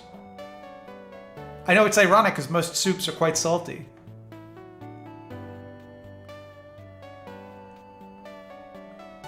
Best flavor of ice cream? If it's anything other than mint chocolate chip, you're canceled. I am canceled then, for the best flavor of ice cream is cookie dough. Is it tuna melt a grilled cheese? You're just putting words together now. This is everybody's just putting words together. A ravioli is a calzone, is a calzone, and a calzone is an empanada. And empanadas are sandwiches. Are layer cake sandwiches? Yeah, they are. I don't know why everybody's struggling so much with this. Most foods are sandwiches. I don't know why this is so hard for people to accept. Apples, for example. It's apple meat surrounded by the apple crust. Am I a sandwich? Absolutely not. Are notebook sandwiches? No, you don't eat a notebook. Please don't ever say apple meat ever again. That's the inside of an apple. It's the apple meat. What do you call it?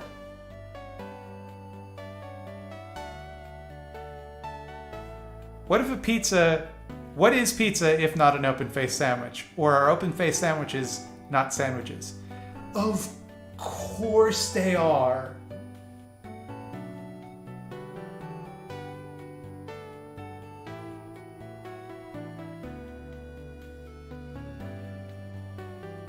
I feel like I'm losing it here. Because I feel like I have to explain very basic concepts to grown adults. People are like, oh, is a Reuben a sandwich? Yeah, it is, obviously. Is it BLT a sandwich? Yes.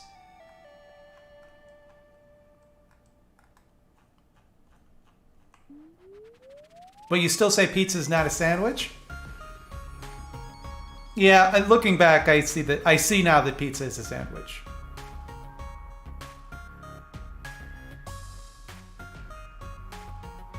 I was a younger person when I said that pizzas weren't a sandwich. I don't stand by that anymore. Apples are tree eggs? That sentence really took a minute for me to parse. It was like, no. Eggs come from chickens. But apples come from trees, you see, is the joke you were making.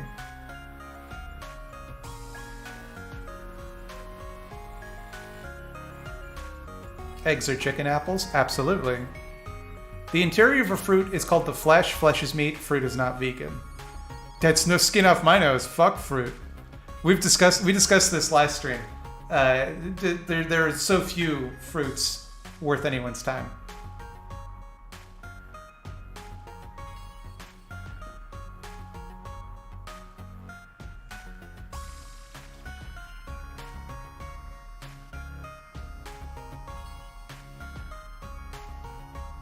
Are sandwiches inherently gay? No, I don't think so.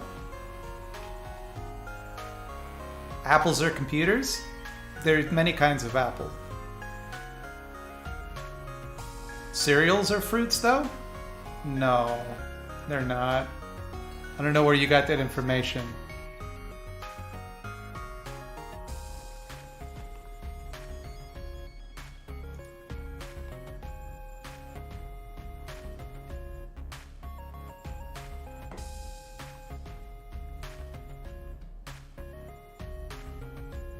Is cereal a soup?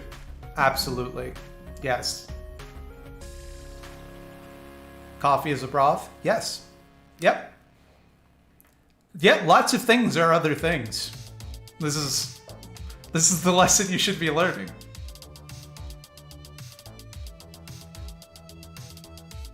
This is going to devolve into gun or not gun, isn't it? For those unfamiliar, new people to the stream, Gun or Not Gun is a game we play around here, where every object can be sorted into the categories of it's either a gun or it's not a gun. I'll give you an example. This bottle, that's a gun. Hot dog, gun. Something that's not a gun is like an orange.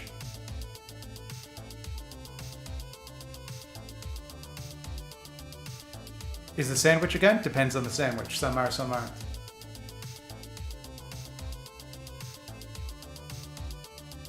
T-shirt gun is not a gun? I'm afraid that's a gun. I think definitionally, I don't think we can get anywhere about this if we don't accept that anything that shoots things must be gun.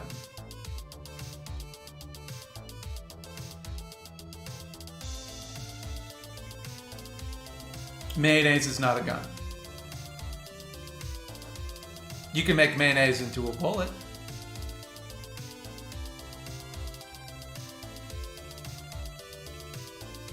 Vaccines are a gun? Absolutely. And you need it to defend yourself.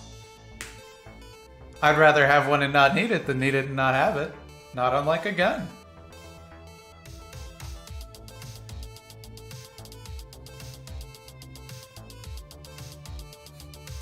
God is a gun? No.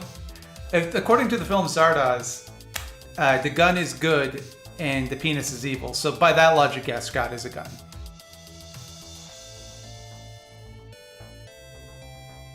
Are guns guns? Absolutely. Is the camera a gun? Yes! Is coffee tea? No. Coffee is made from... It's a bean broth. It's not made from leaves.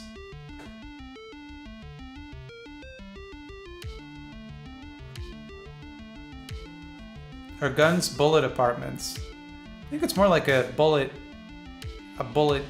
like train. I guess there are already bullet trains. It's like a bullet train for bullets.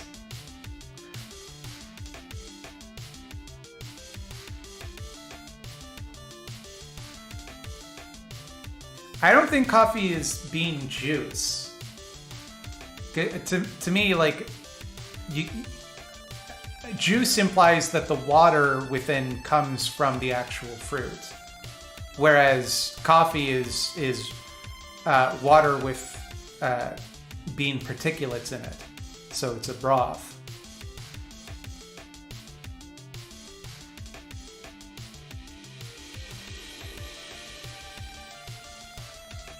Coffee is a bean stew. If you left the grounds in, perhaps. Is a door a gun? Ooh. Yes. The door frame, though, is not a gun. It's just the actual part that moves. That's the gun. Is coffee a sandwich? No. You could make a coffee sandwich. It's called a biscotti.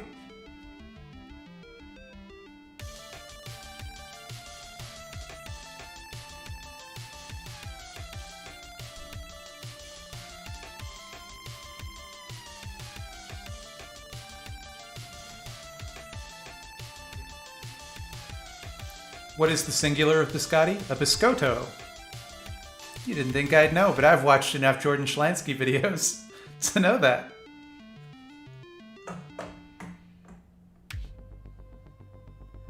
But if you dried an orange and rehydrated it, it's still juice? Yeah, but you rehydrated it so that the water was part of the orange. I'll grant you that if you somehow take a coffee bean, inject water into it, and then squeeze it out, then that would be bean juice. That's not how coffee is made.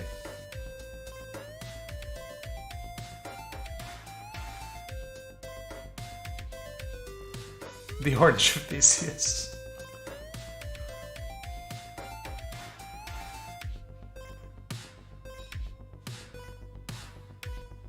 Salsa is not a juice. It's a sauce.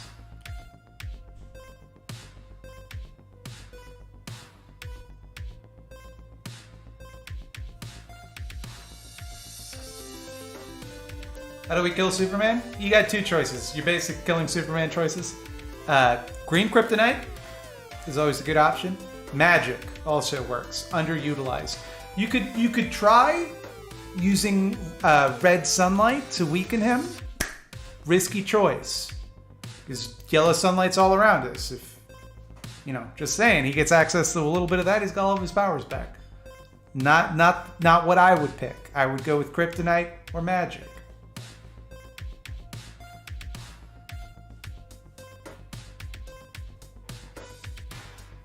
Will Back to Ghoul last through October, or will you get a new arc for Spooky Month? No, I'm trying a new thing this Halloween, where I watch horror movies that people might be interested in seeing me talk about, rather than ruining what should have been the biggest month of growth for that channel, by deciding to just not do the thing that people want most of all at Halloween.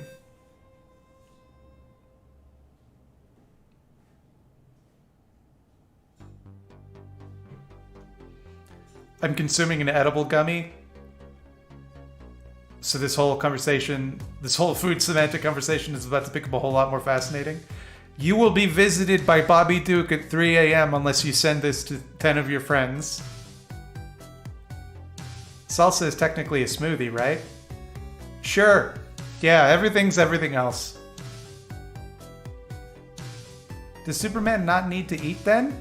I think canonically Superman does not need to eat, but he still eats for pleasure.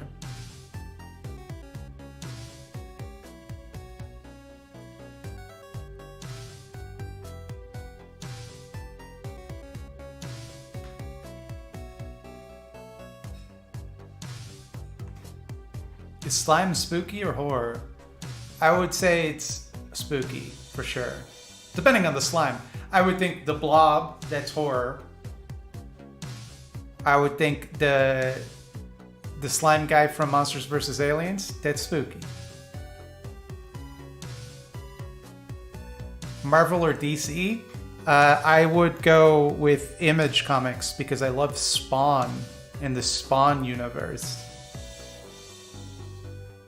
Does Superman poop or is he 100% efficient? This is a good question.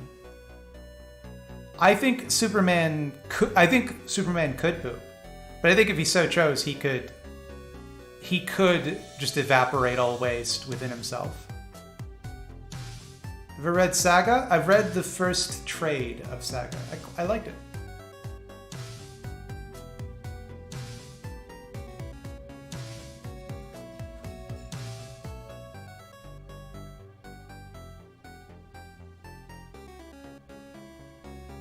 Do I also like Savage Dragon? Didn't Savage Dragon become like a porn comic?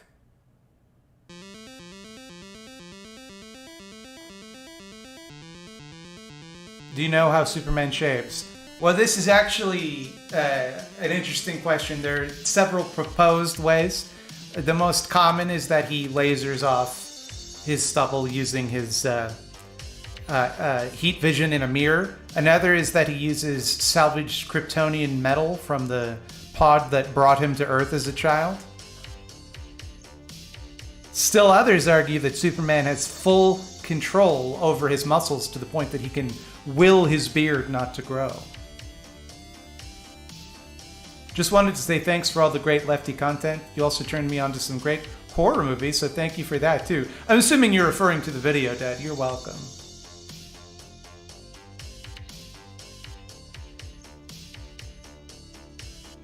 Do beards use muscles to grow? No, but he has such good control over his muscles, like all the muscles in his face, that he can like squeeze up the follicles.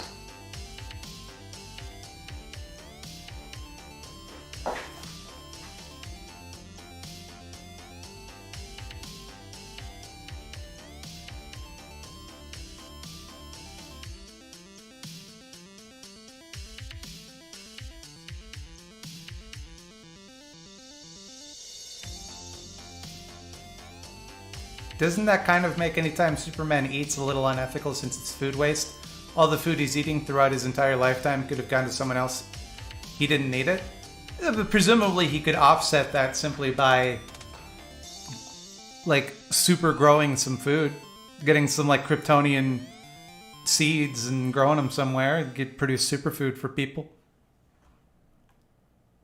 I mean, like, in a day, Superman could plow an entire field, so he could produce more food than he's eating. Easy.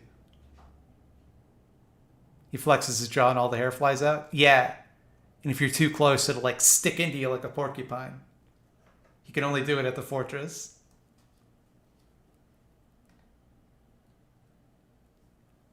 But he never did that, Mildred? I mean, he's made up. He's not real. He can do whatever you said he wanted to do.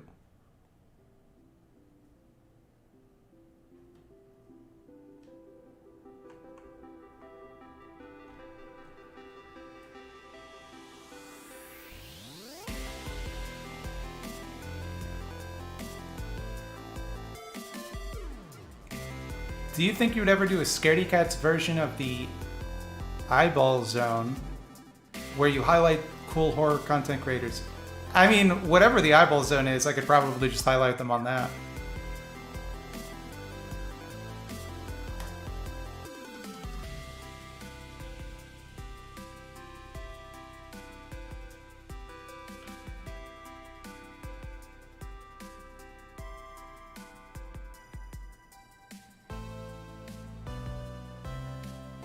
I would argue he offsets that problematic element of his character by being Superman. That's a good point, actually. No one would have any food if it weren't for Superman, because the world would have been destroyed several times over.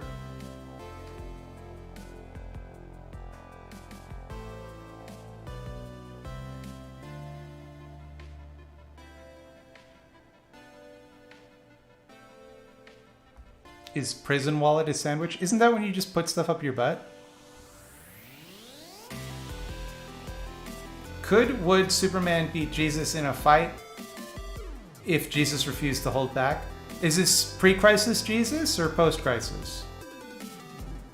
Now I can only imagine Superman doing that thing that tarantulas do when they're stressed. Thanks. What do tarantulas do when they're stressed? Meditate?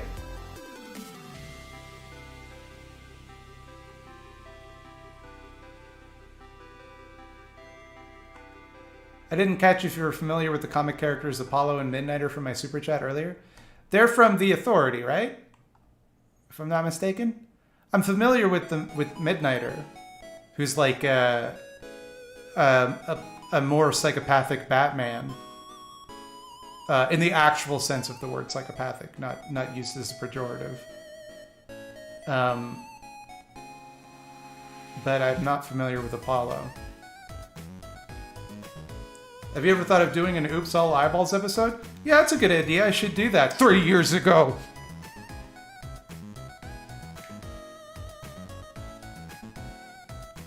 Jesus could beat Superman. Jesus' powers are canonically whatever he wants.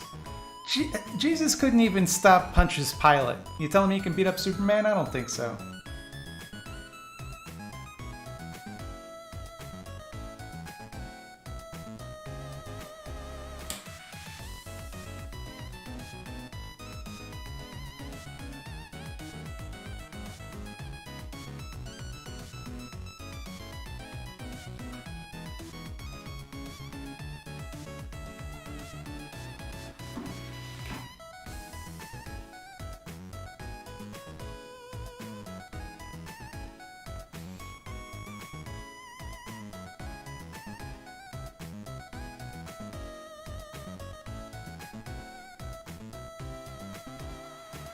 Jesus meant to die. Why would he stop Pilate?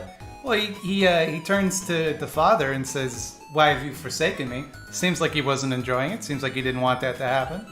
My 2 cents. I feel like they just retconned that after.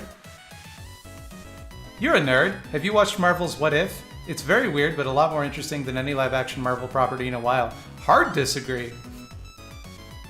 Hard disagree. I find the What Ifs terminally boring. The only one I've even slightly liked is the What If Evil Doctor Strange.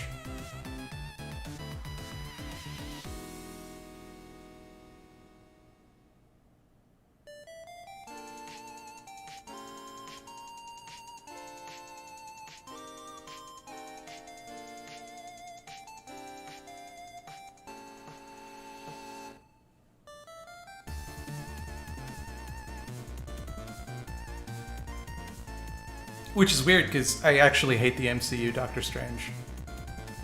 I think it's the character they've probably done the dirtiest. Aside from Spider-Man, they made Doctor Strange kind of insufferable.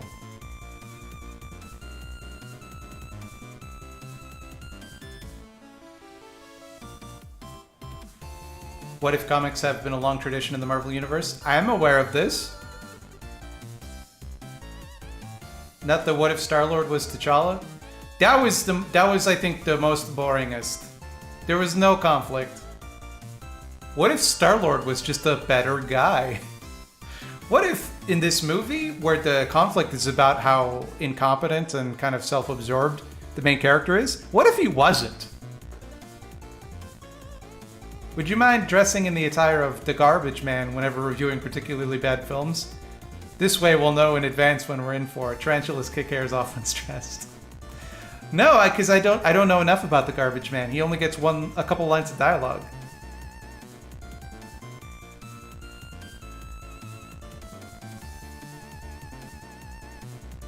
MCU Spider-Man is the best live-action Spidey. I will die on this hill. Raimi did that character dirty. I'm not a big fan of Raimi's Spider-Man, but I will say that what I don't like about the MCU Spider-Man is they made him essentially Iron Man's sidekick. And the whole point of Spider-Man, to me, is that he's like a superhero with a lot of problems. He's supposed to be like, always struggling for money. And what they did was they made him friends with a billionaire who he has a robot suit that gives him most of his powers. It's kind of less interesting.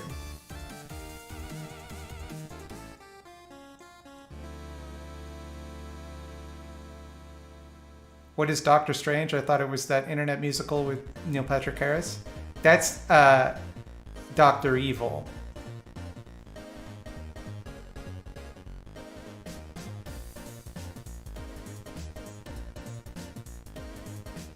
Raimi is amazing. Tell me a better horror comedy than Army of Darkness.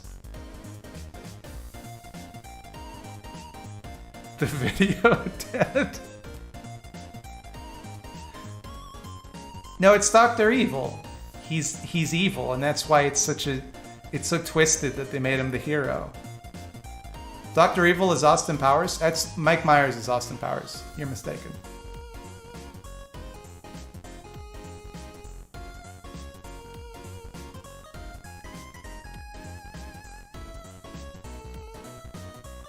Mike Myers is Dr. Evil? No, it's Neil Patrick Harris. Watch it again. I'm right. Dr. Evil, I thought he was the villain in the Halloween movies. No, the villain in the Halloween movies is Dr. Loomis.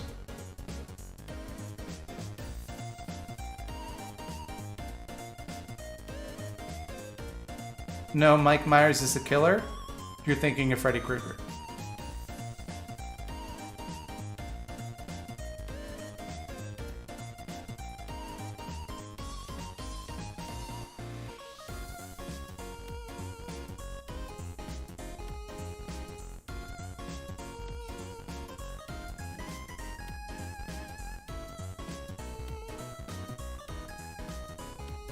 Actually, Frankenstein is the name of the novel. Ignorance is thinking Frankenstein is the monster. Intelligence is knowing that Frankenstein is the name of the doctor. Wisdom is knowing that Frankenstein is the name of the monster.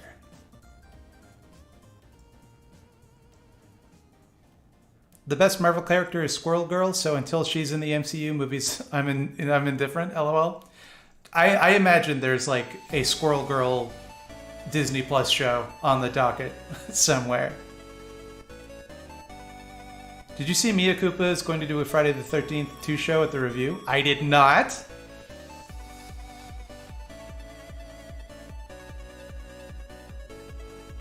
Is Halloween the one with the clown? No. I can't think of another movie with a clown.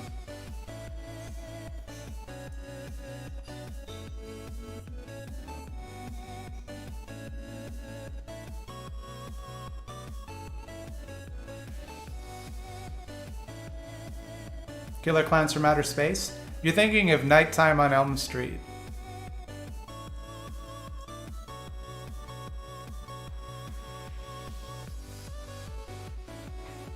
I thought Freddy Krueger was the singer from Nickelback. No, you're thinking of the grocery store Kroger's. My favorite Avenger is Garfield. My favorite Avenger is Gutfield. He tells out the best conservative jokes.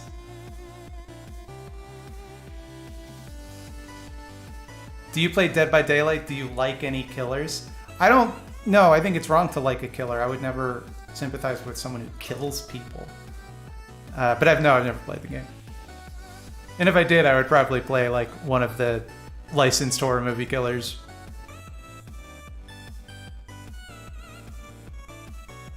Pretty sure you're referring to Aldi's? That's a shoe store.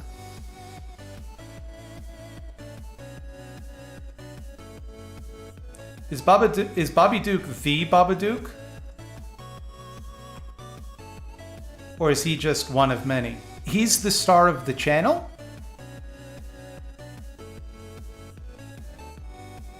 Hope that clears it up for you.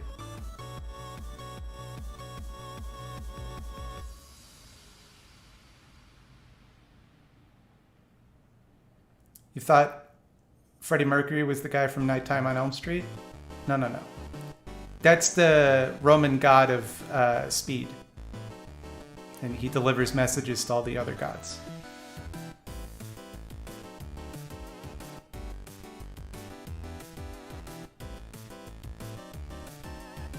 Mike Myers married an axe murderer in the 90s? That's Michael Myers.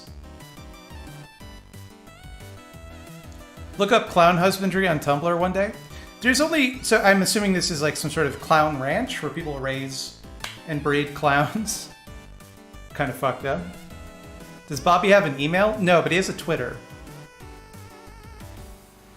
I think it's @DukeBobby, DOOK.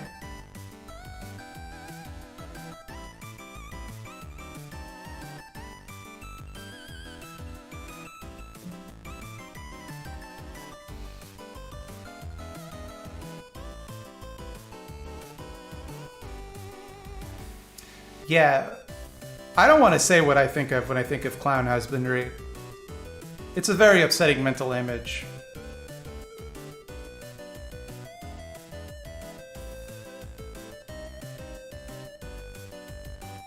Am I going to play The Binding of Isaac or not? I mean, I probably will off stream, given that I have thousands of hours in it.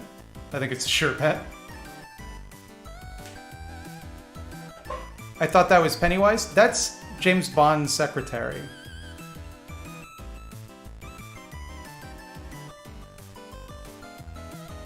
Do I play chess, Mildred? No, I portray regular Mildred on the television program Thought Slam. Bobby Duke isn't related to David Duke, right? No. No. He's not a monster.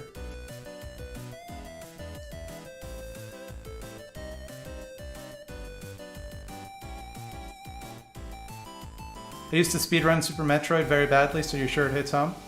Yeah, I put on this shirt in like 2 seconds, so I can see how that would get to you. Who is Food Mommy? Why do people keep saying this? That's an upsetting phrase.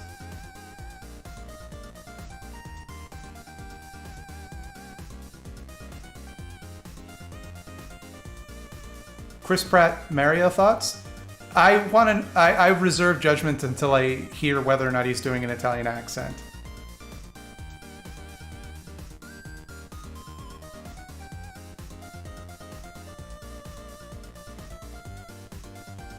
I bet you could take that shirt off in a few seconds too. I get a couple of drinks in me.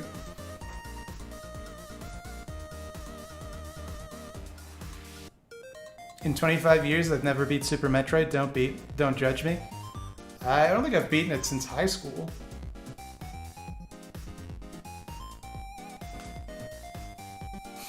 Hey, it's me, Star-Lord.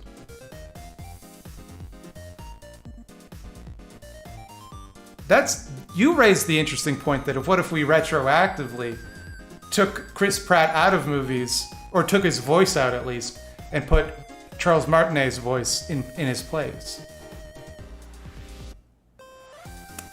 Is doing an Italian accent considered racist? Who cares? No one actually cares. Anyone who claims to be offended by it is being a fragile little baby in my head. Any YouTube channels that cover Canadian politics or news? A lot of stuff is going on in Canada and doesn't get addressed or covered by the left. Yeah, plenty. Mexi, We're in Hell and Chill Goblin do a stream where they talk about Canadian politics all the time. Dakota and the Goblin. The Soifs?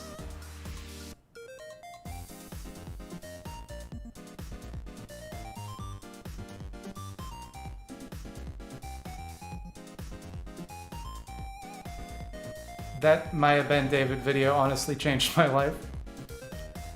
I'm glad I didn't imagine it.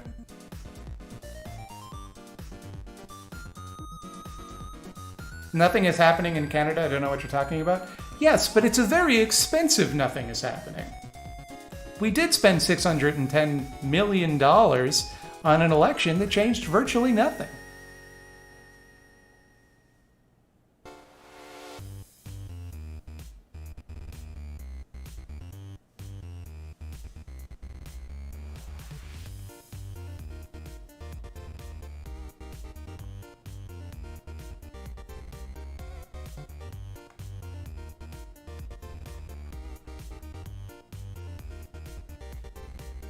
Canada Land has a ton of great podcasts.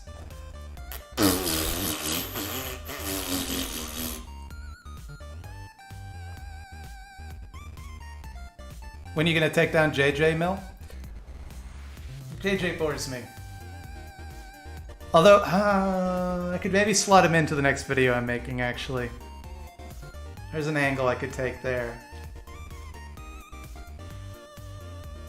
Mario Kart is fun and all, but I do wish that it were a tad less anti-Semitic. Please elaborate. Please explain.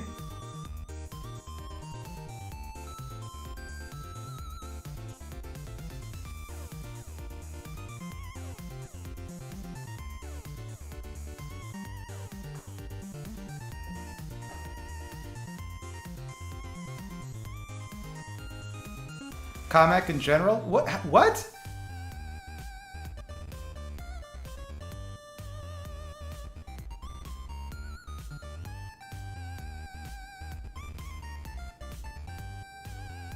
First of all, I don't even think Kamek is in Mario Kart.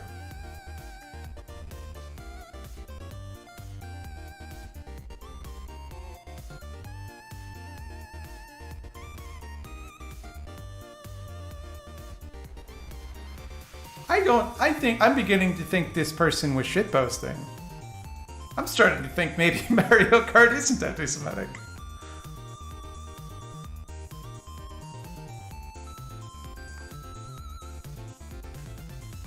Isn't Kamek just a wizard? Isn't just a Koopa with a wizard robe and hat? I think they all wear wizard robes and hats when they have cyber sex.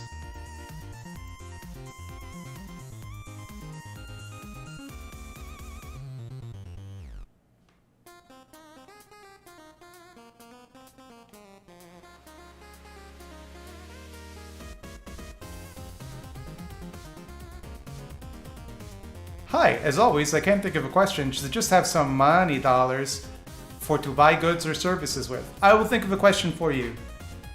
Dotslime, how do you maintain your composure and good looks day in, day out? Great question. Drink lots of water. Do 7 push-ups a week.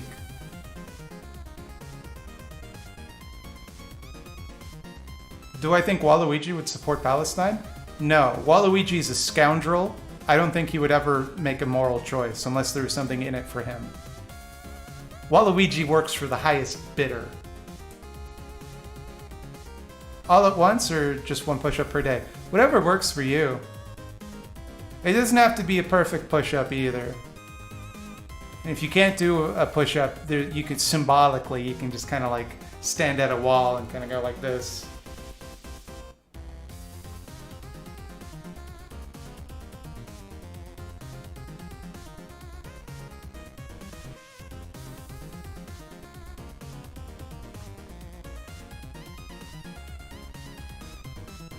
Hello from Portugal. My father's from Portugal. You better not be my dad. Slime, how do you type with boxing gloves on? If you hate Hamsar so much, why don't you just kill him?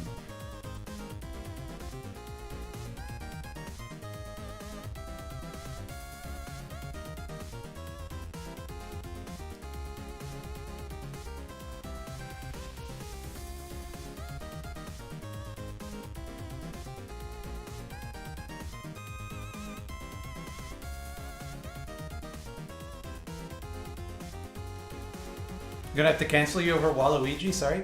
It's merely the correct synopsis of Waluigi's character. Waluigi, famously kind of nihilistic scoundrel rogue.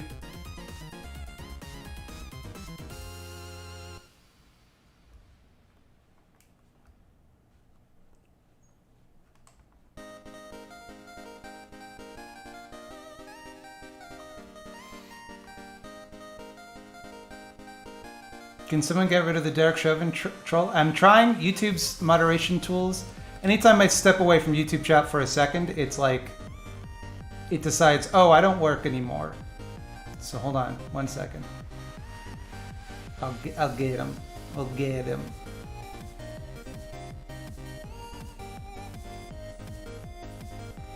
I'm gonna get him.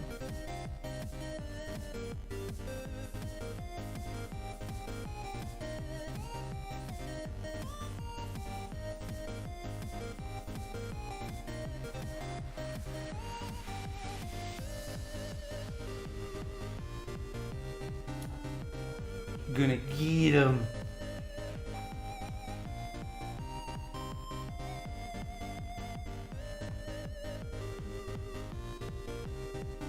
Got him. Fucking Gonzo. Cast the Mario movie entirely from the cast of It's Always Sunny. Okay. Simple. Mario is Danny DeVito, obviously. Frank. Let's just go with the character names because I don't want to have to remember the actors' names. Peach is Dennis. Bowser's Mac. Luigi is Charlie. He is Birdo, exactly, yes.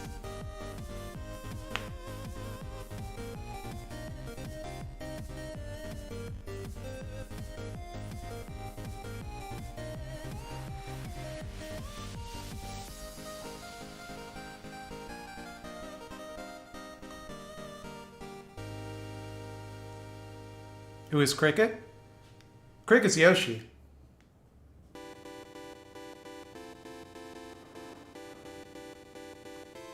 Fat Mac or Ripped? So he's Ripped Mac until you throw him in the lava and then he becomes Fat Mac. The McPoyles are those rabbits from Mario Odyssey.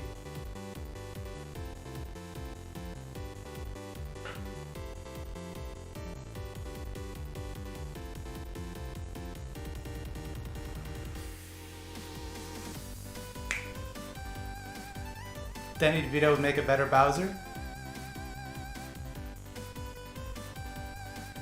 Better ingredients, better Bowsers.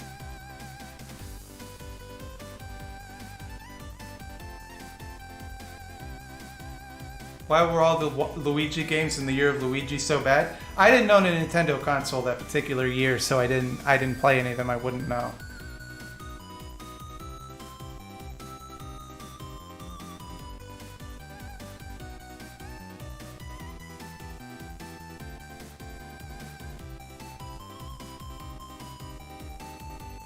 Ponderosa's? Maureen Ponderosa's Daisy. I don't know about the rest.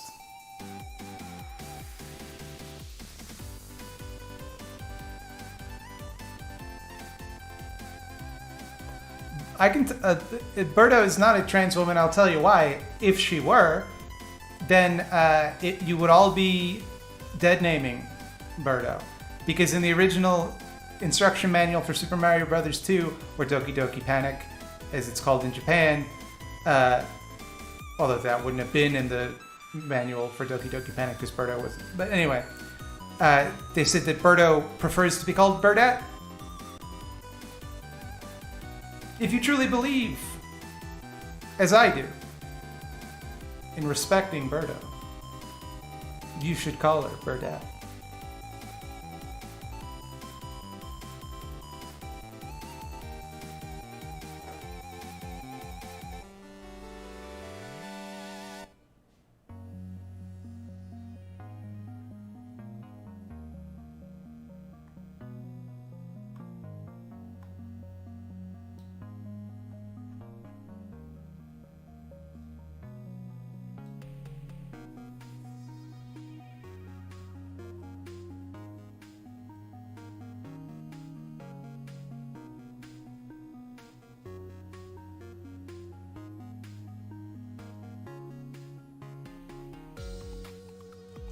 Anybody got a favorite MST3K to recommend?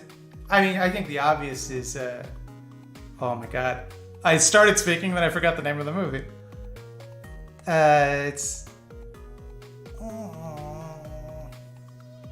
It's in space. There's a grandpa in it.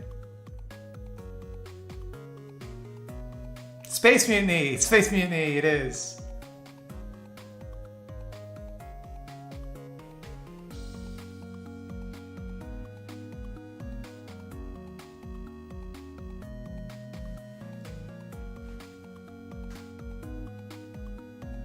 It's been so fun seeing how your makeup looks have improved. You know, what's interesting is that I've never gotten more compliments than on video, on my makeup than in any video than in the last one, where I was deliberately doing my makeup to make myself look like I was becoming a zombie.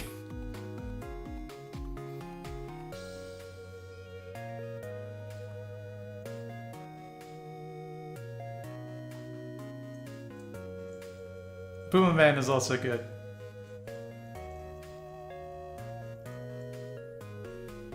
That I always think of the part where the guy I don't even remember if this actually happened, but it's how I choose to remember Puma Man. There's a scene where the guy tells the guide character who's like teaching him to be the Puma Man is like, "You're the Puma Man," and he says, "I'm the Puma Man? You're the Puma Man.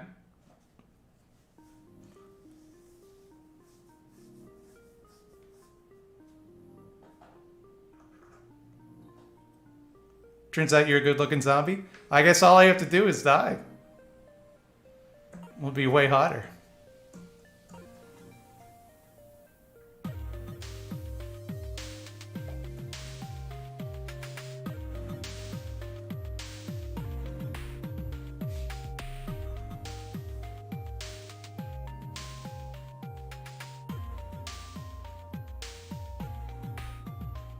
Not die, undie? Surely one must die to undie.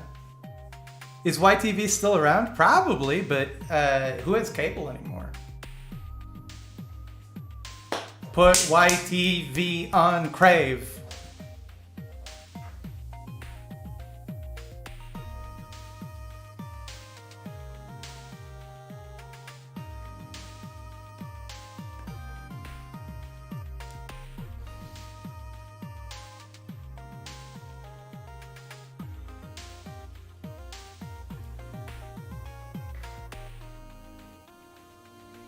How do I feel about using soy sauce instead of salt for most recipes? I very seldomly cook with salt. My wife always complains. She likes a lot of salt. I just never put salt on my food.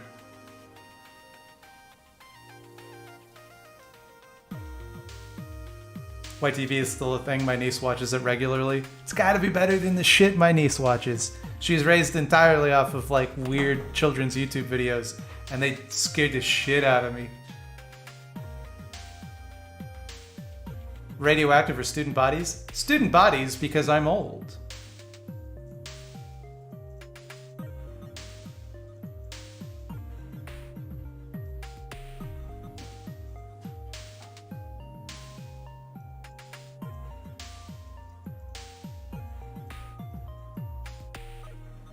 That's why you don't like fruit? You've been salting your watermelons?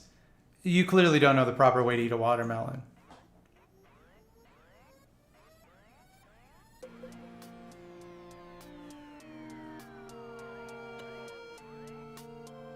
Should I get McDonald's? I feel like you know the answer is no, but you're going to do it anyway.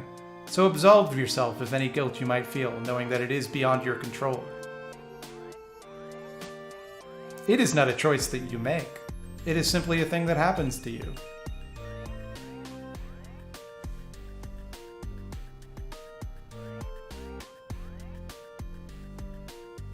Oh god, or is it those weird Elsa Spider-Man ones? No.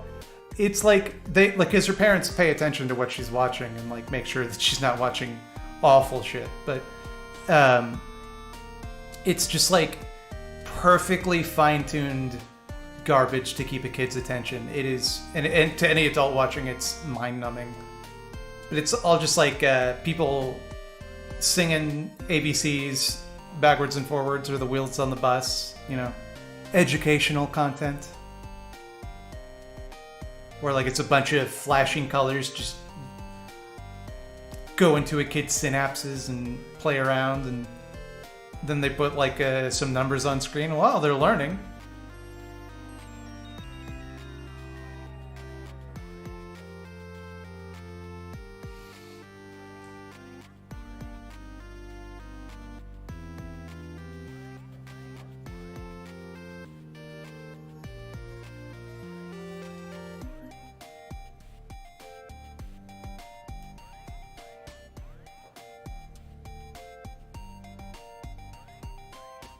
I get dumped today over text. Cheer me up. All right, well, let me tell you this. Anyone who would dump you over text is someone that wasn't worth dating in the first place. So whoever that person is, in time, I assure you, you will be glad to be rid of them. I think that a lot of times, being in a relationship with someone blinds us to things about them that might not make us happy. And I think now that you're going to take some time away from this person, you might realize it sounds like they were kind of shitty, and it sounds like you'll come to realize that in time.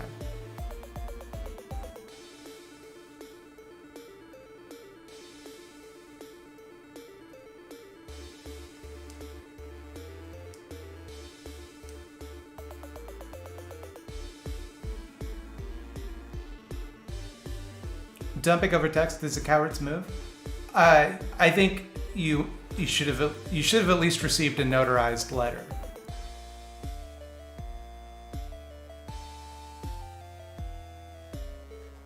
That's my opinion. Otherwise, I don't think it's illegal dumping. I think you could take them to court.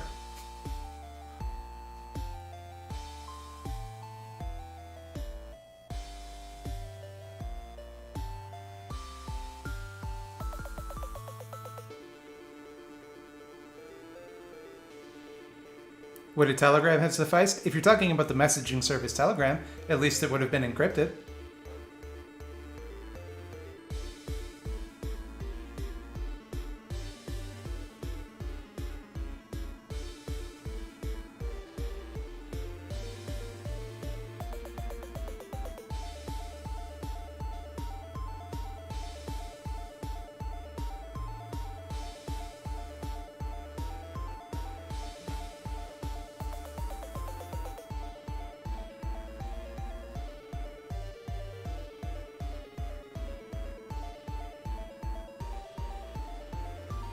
I knew someone that broke up with their partner over text on February 14th, forgetting what that date meant to most people. I got broken up with in high school on Valentine's Day.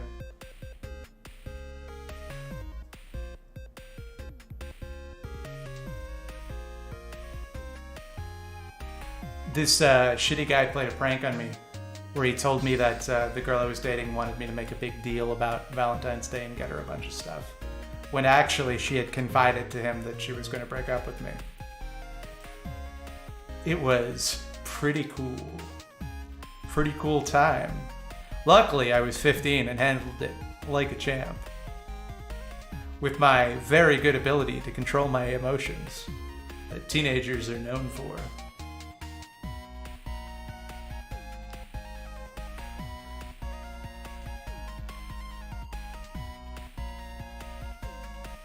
That's so fucked. Yeah, that guy was a real piece of garbage. He also one time brought in a shotgun shell that he had carved my name into.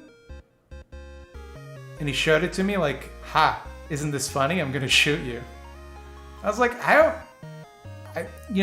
but from my perspective, do you see why it's not funny?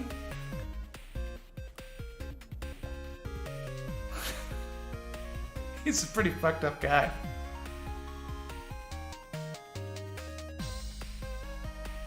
I saw him like years after that in university, and he came up and just started talking to me like nothing ever happened. And I was like, what are you doing? We're not friends. Why are you here? What are you talking? He's like, are you still mad about that? And I was like, yeah, man, kinda. Love to see you cook something. Only anarchist who calls himself that, so you clearly need a cookbook. We'll help you with recipes if you need them. I can find recipes online. There are so many recipes that I could find. And I have an air fryer. I no longer need to take care to make my food taste good.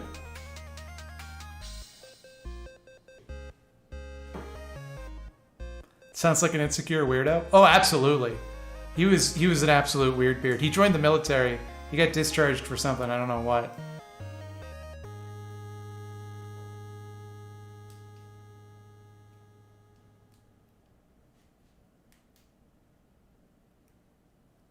It was just weird. It was so weird that he didn't understand that I would be mad at him. Like, he looked at it like, haha. He was in the debate club too, and he would, before this girl he was debating against went on stage, she was overweight, and so was he for that matter, but he made a bunch of pig noises at her to like throw her off her game in the debate, and she like confronted him about it, and he's like, I was just trying to win the debate. I don't see what the problem is. It's like he just had no ability to understand like that if you do something wrong to someone, they're not gonna like it. They're gonna be mad at you. Very strange.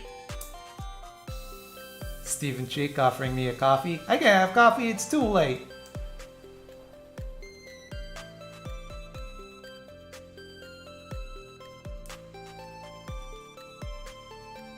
So that's why you don't like debates.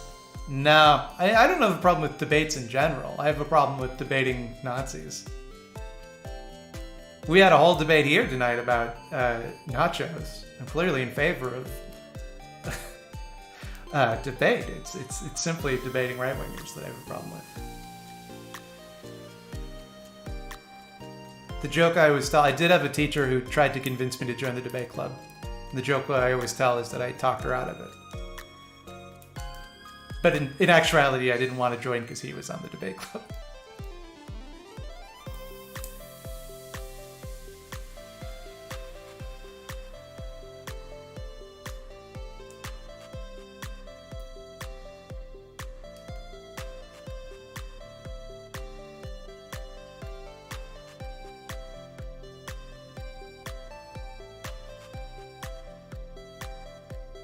When did you come out as non-binary? Like, back in 3 years ago? Was I in any clubs in high school? I was on the improv team. I don't know if that counts.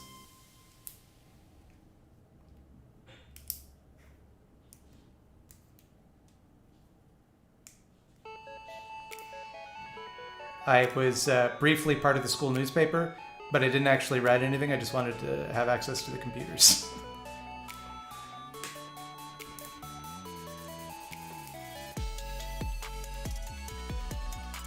Yes, it does count.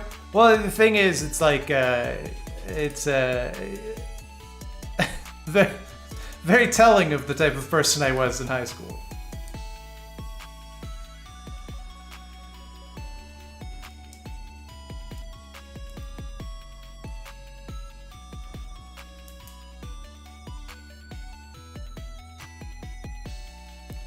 Quick question, how scary are your Scaredy Cats TV videos? I get spooked pretty easily by scary movies, but I love your content. Can I handle it? Yeah, probably. I don't think they're particularly scary. I think, like, they might... Like, it depends on, like, how bad you got it, right? Like, is seeing a picture of a scary monster gonna scare you? Because I'll show, like, clips from movies, but I think it's a pretty silly channel. Improv is just kids who are too scared of stand-up. This is a weird thing. Stand-up is the basest, lowest, most pointless art form that somehow has convinced itself that they are like the only people doing the real work of making people laugh. It's so weird because stand-up is such a lazy art form where all you do is talk and that's it. But they've convinced themselves that anyone that does anything other than talk with a microphone is sullying this perfect art form in a gimmick act, and it's weird. What's my mother's maiden name? Would you also like to know my 3rd grade teacher, the name of my first pet, and what I wanted to be as a child?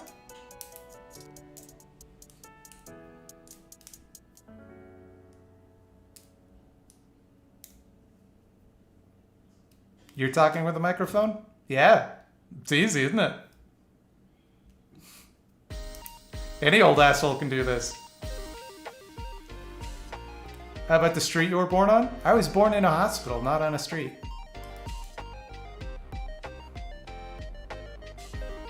Prove the comedy, do us an improv. Okay, I need a location. I need an item smaller than a bread box.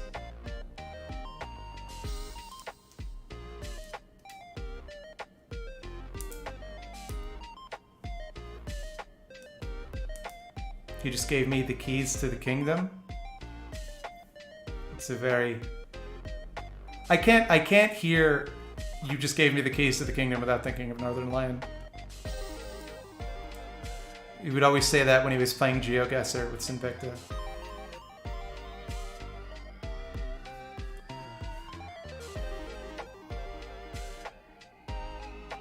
Do you rent or own your own home? I'm curious about creators. I rent.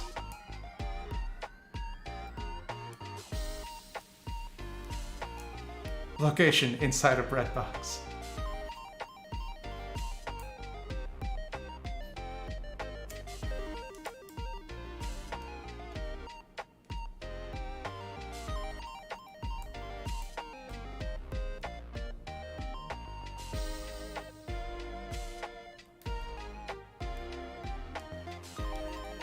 Don't I live in a $3 million mansion in West Hollywood?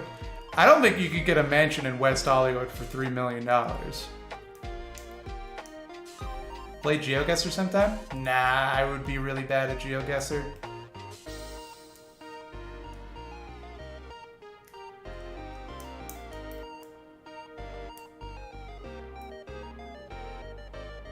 Your street nachos and go.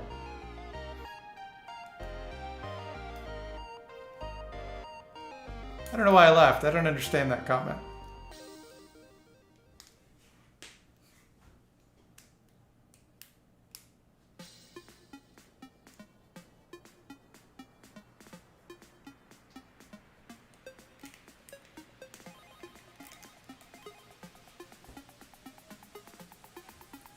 Was that a dig at Hassan commenter? I'm assuming it was, though I don't think Hassan lives in West Hollywood, does he? The weirdo who gave you the bullet with his name on it wasn't Patty Druken, was it? No. Though... Where do I know him from? Is that the guy who became a weird pro-lifer and kept running for office in St. John's? Name sounds familiar.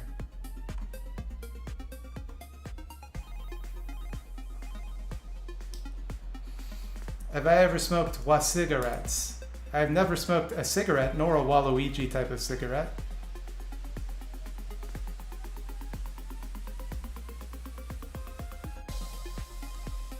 He does. He's been renting there and now owns a house there. So you're telling me that the house he bought was in West Hollywood for $3 million? Shouldn't that give him like a postage stamp?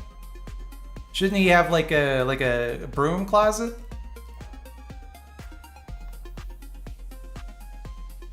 If he got an actual house for $3 million, that's a fucking steal. Everybody shouldn't be mad at him.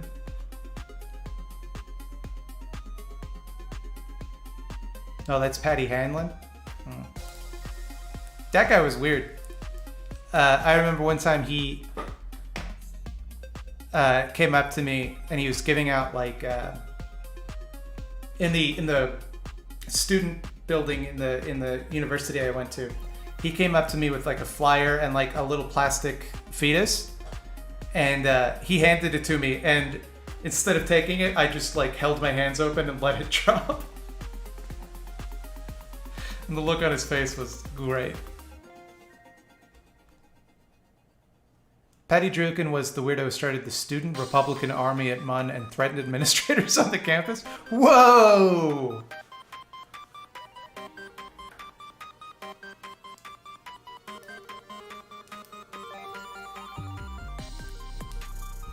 Jesus. So he just wanted to get kicked out of school, is that right?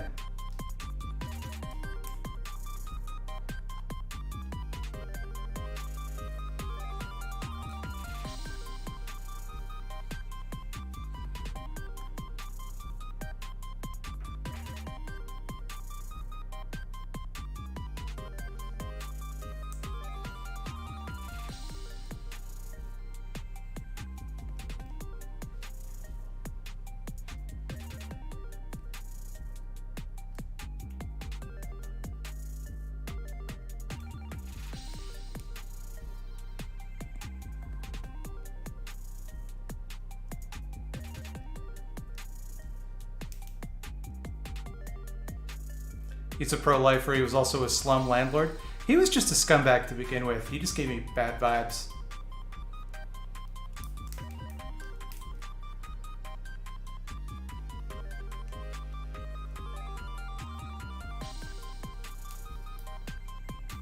Hey Mildred, did you remember? Did I remember? Obviously I didn't. What was I supposed to remember? Was watching Masters of the Universe and Clamchamp is there in the first episode. Like there's a full front shot of him, just him at one point. Yeah, but there obviously wasn't enough. He's the best character. The character that everybody used to like in the cartoon was Clamchamp and his great clamp. And now he's the champion of the clamp.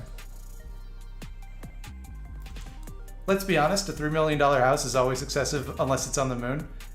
You should really look into house prices, dog. It's not really like that.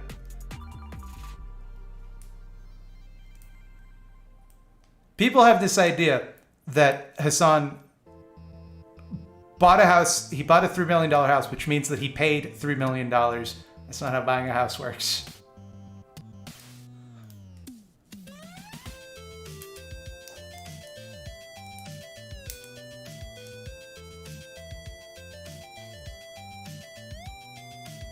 Know of any pro-lifers that are good otherwise and just happen to have that one really, really bad take? No, I think it's a bad enough take that, like, nothing really can make up for it. Like, I don't think you can be otherwise cool and pro-life.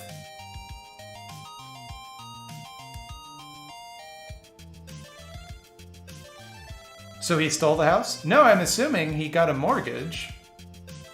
I don't think he paid $3 million cash in hand.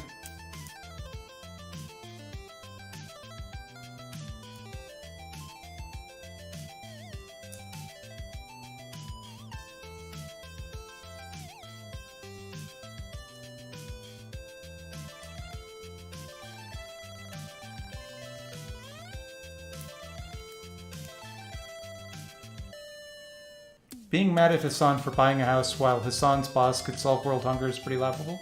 Who's Hassan's boss? Doesn't Hassan work for himself? Bezos? I don't know if I would go so far as to say Bezos is Hassan's boss, but yes, I agree with your larger point that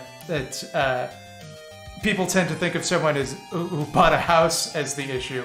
It's the same way with, like, when people talk about Bernie Sanders having two houses.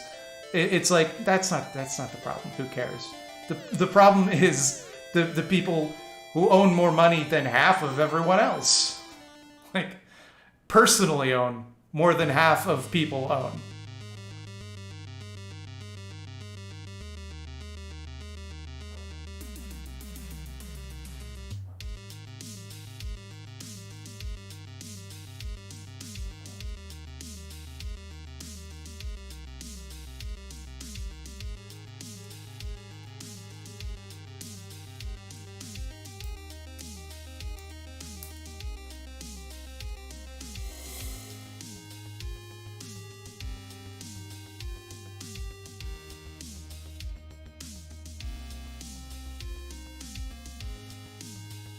The new Creepshow episode had fun puppets. I haven't watched any of that Creepshow television program. I need to get on that.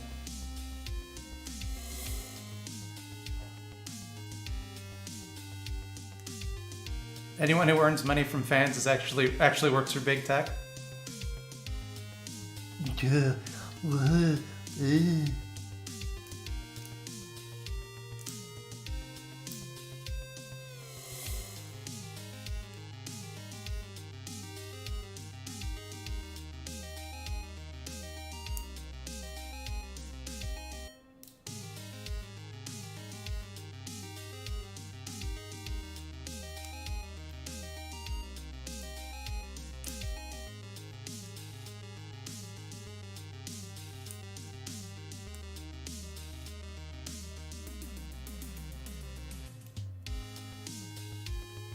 Does Shudder work in Canada? And if not, will it work with a VPN?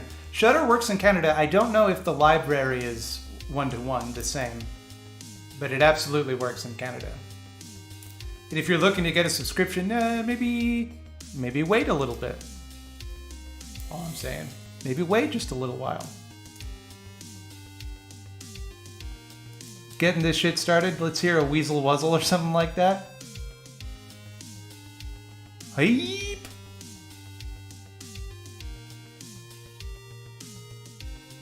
Tech Bro Mildred, gotta get a pair of those Steve Jobs glasses. I would get a turtleneck first. I accidentally donated $3 million to Hassan before the house thing, and now he won't return my calls. Yeah, because he probably thinks you want the $3 million back. But I think you should get to live with him.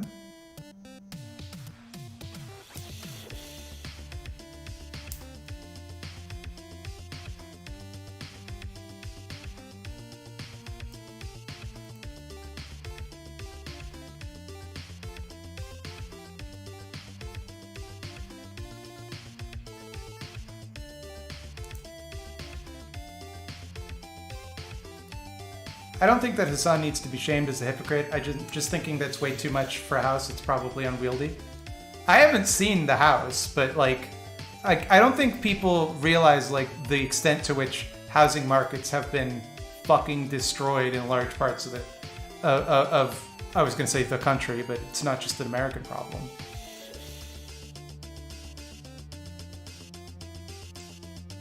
Mildred has a USB mic, definitely part of the proletariat. I would have a condenser mic, but I don't know how to use them.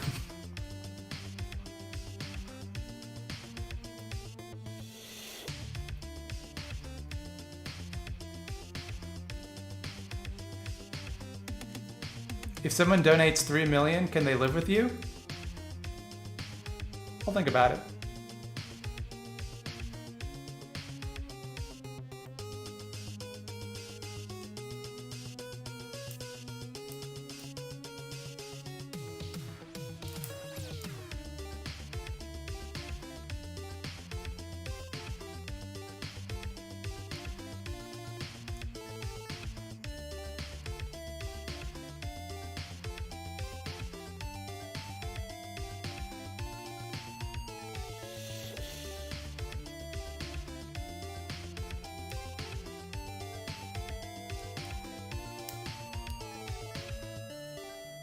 USB can be condenser.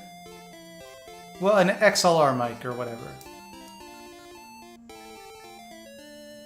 See, this is my point, is that I don't know what I'm doing.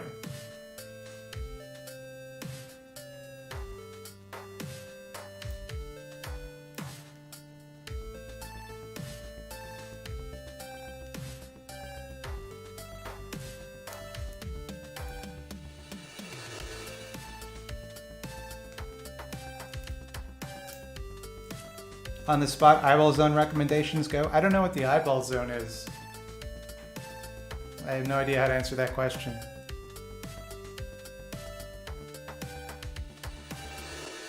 You know the words condenser and XLR, but clearly I don't know how to use them correctly. Which was first, Thought Slime or Scaredy Cats? Thought Slime. Thought Slime's from like 2017.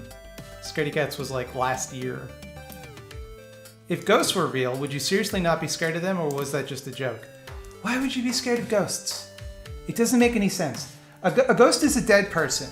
So right away, are you scared of people? Are you scared of just random people that you see? Secondly, if ghosts are real, and we've all been living in a world where once everyone dies, they become ghosts, which means there are billions of ghosts, and yet no one has found any evidence that they exist. Clearly, they can't interact with us in any meaningful capacity, meaning they can't hurt you, so why would you be scared of them?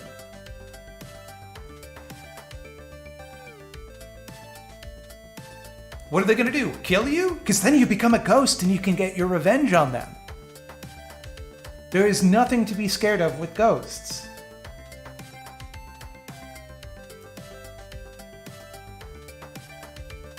What if they can curse you? What if?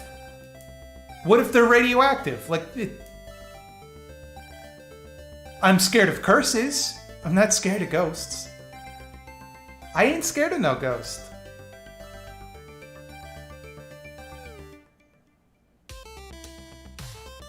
I'm a ghost and I'm watching your stream. Welcome. Doesn't scare me at all. If ghosts are just gonna bump up my analytics numbers, it doesn't sound scary to me.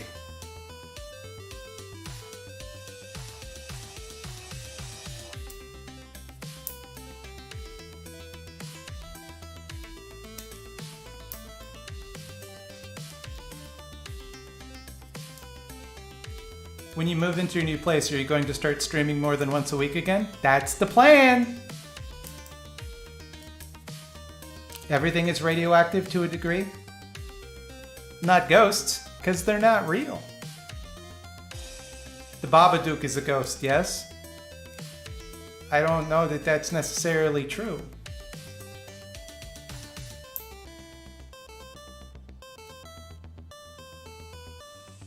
Casper and Slimer are totally harmless. Slimer could hurt you.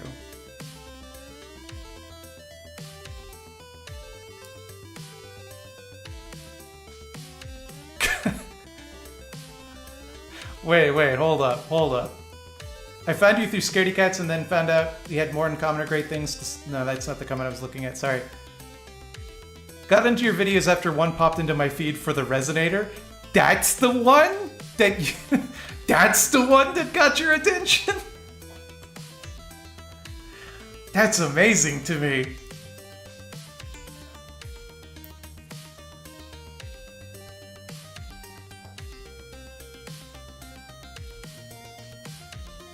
Did I play / like Hollow Knight? I played through most of Hollow Knight on the ill-fated Mega Slime Entertainment Zone.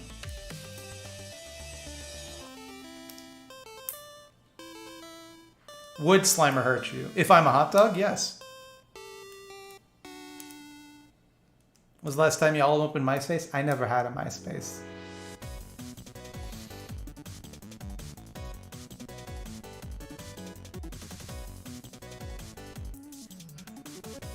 Should I see Chris Geddard stand up tomorrow? I don't know.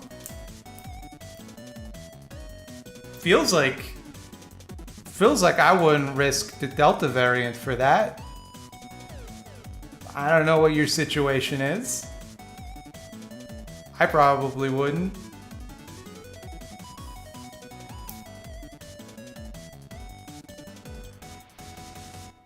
Muncher is better than Slimer? Slimer is kind of a role model for me. Delta, so last month we're onto the moon now. You can get 2 kinds of COVID.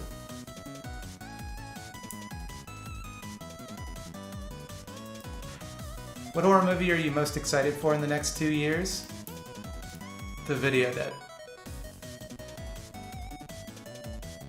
All I know is that Bobby Duke suffers from 2 first names-itis. Duke is not a first name unless you're a fucking G.I. Joe. Are you? Are you a G.I. Joe?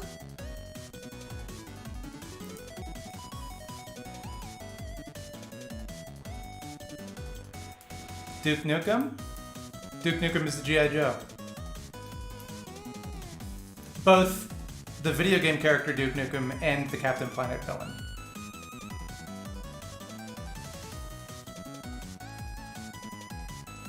Duke Ellington is the G.I. Joe.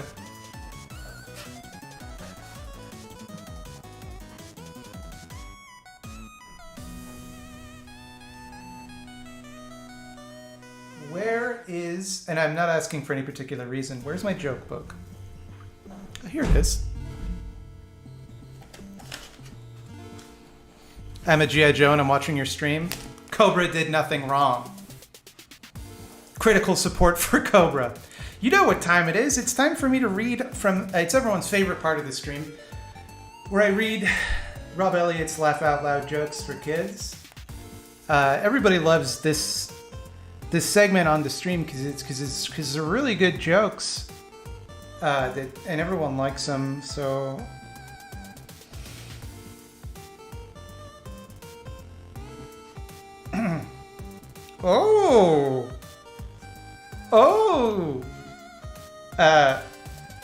this is a good one. What do you call a lion whose car breaks down 5 miles before he gets to the zoo?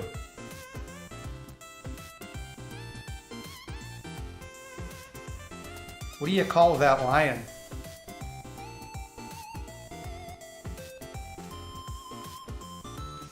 I don't really understand this punchline, but the punchline is all cops are bastards. I don't get it, but it's what it says.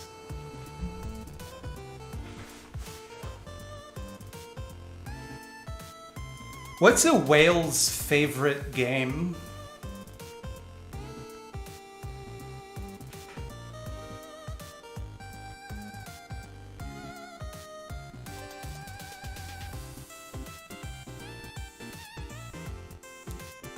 Swallow the leader. I forbid chat from getting horny about that. Why are fish so bad at basketball?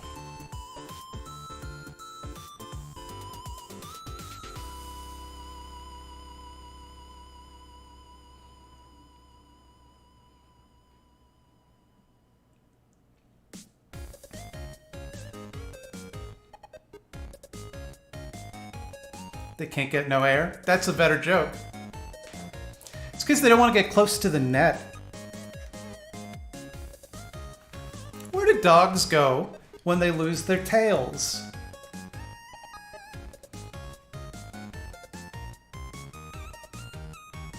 Do I need a copy of Vampire the Masquerade Bloodlines? No, it's on sale on Steam right now for like $2.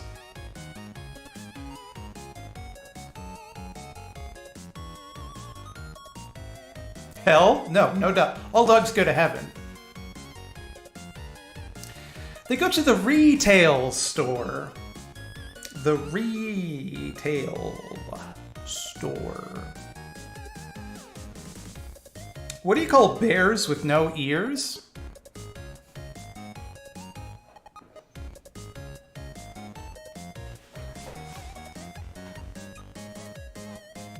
B is correct. B. What? Good job, chat. B. Why is it so hard to trust what a baby chick is saying?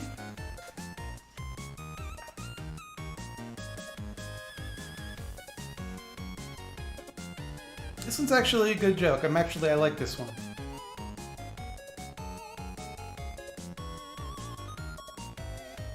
Why is it so hard to trust what a baby chick is saying? Talk is cheap. That's a good joke. Good joke. I'm gonna highlight that one.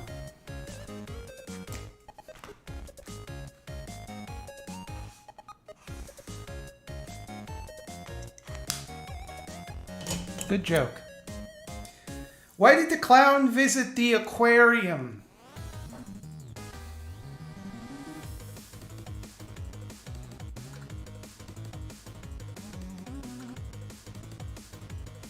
See, a clownfish is correct. Good job. What's as big as an elephant but weighs 0 pounds?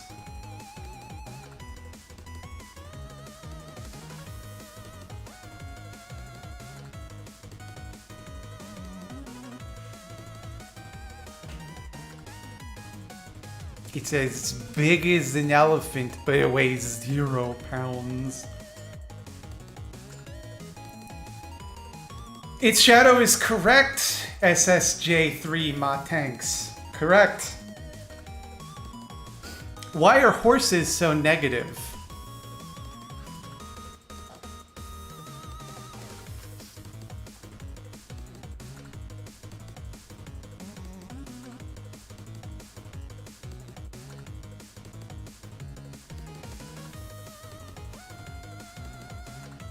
They're always whining? No, that's better.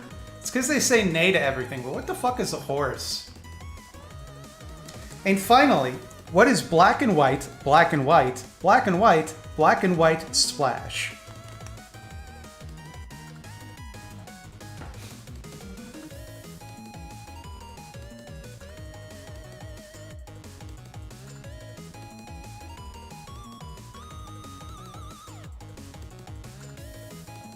This is the most tortured punchline I've ever seen. A penguin rolling down an iceberg into the water. Wow, funny stuff. I'm gonna send you on over to Left Flank Vets, because I have to use the bathroom pretty bad, so I'm ending abruptly. That happens. I'm human. I piss. But thanks for coming out to a lovely stream, and I will catch you on the next week when I do it again.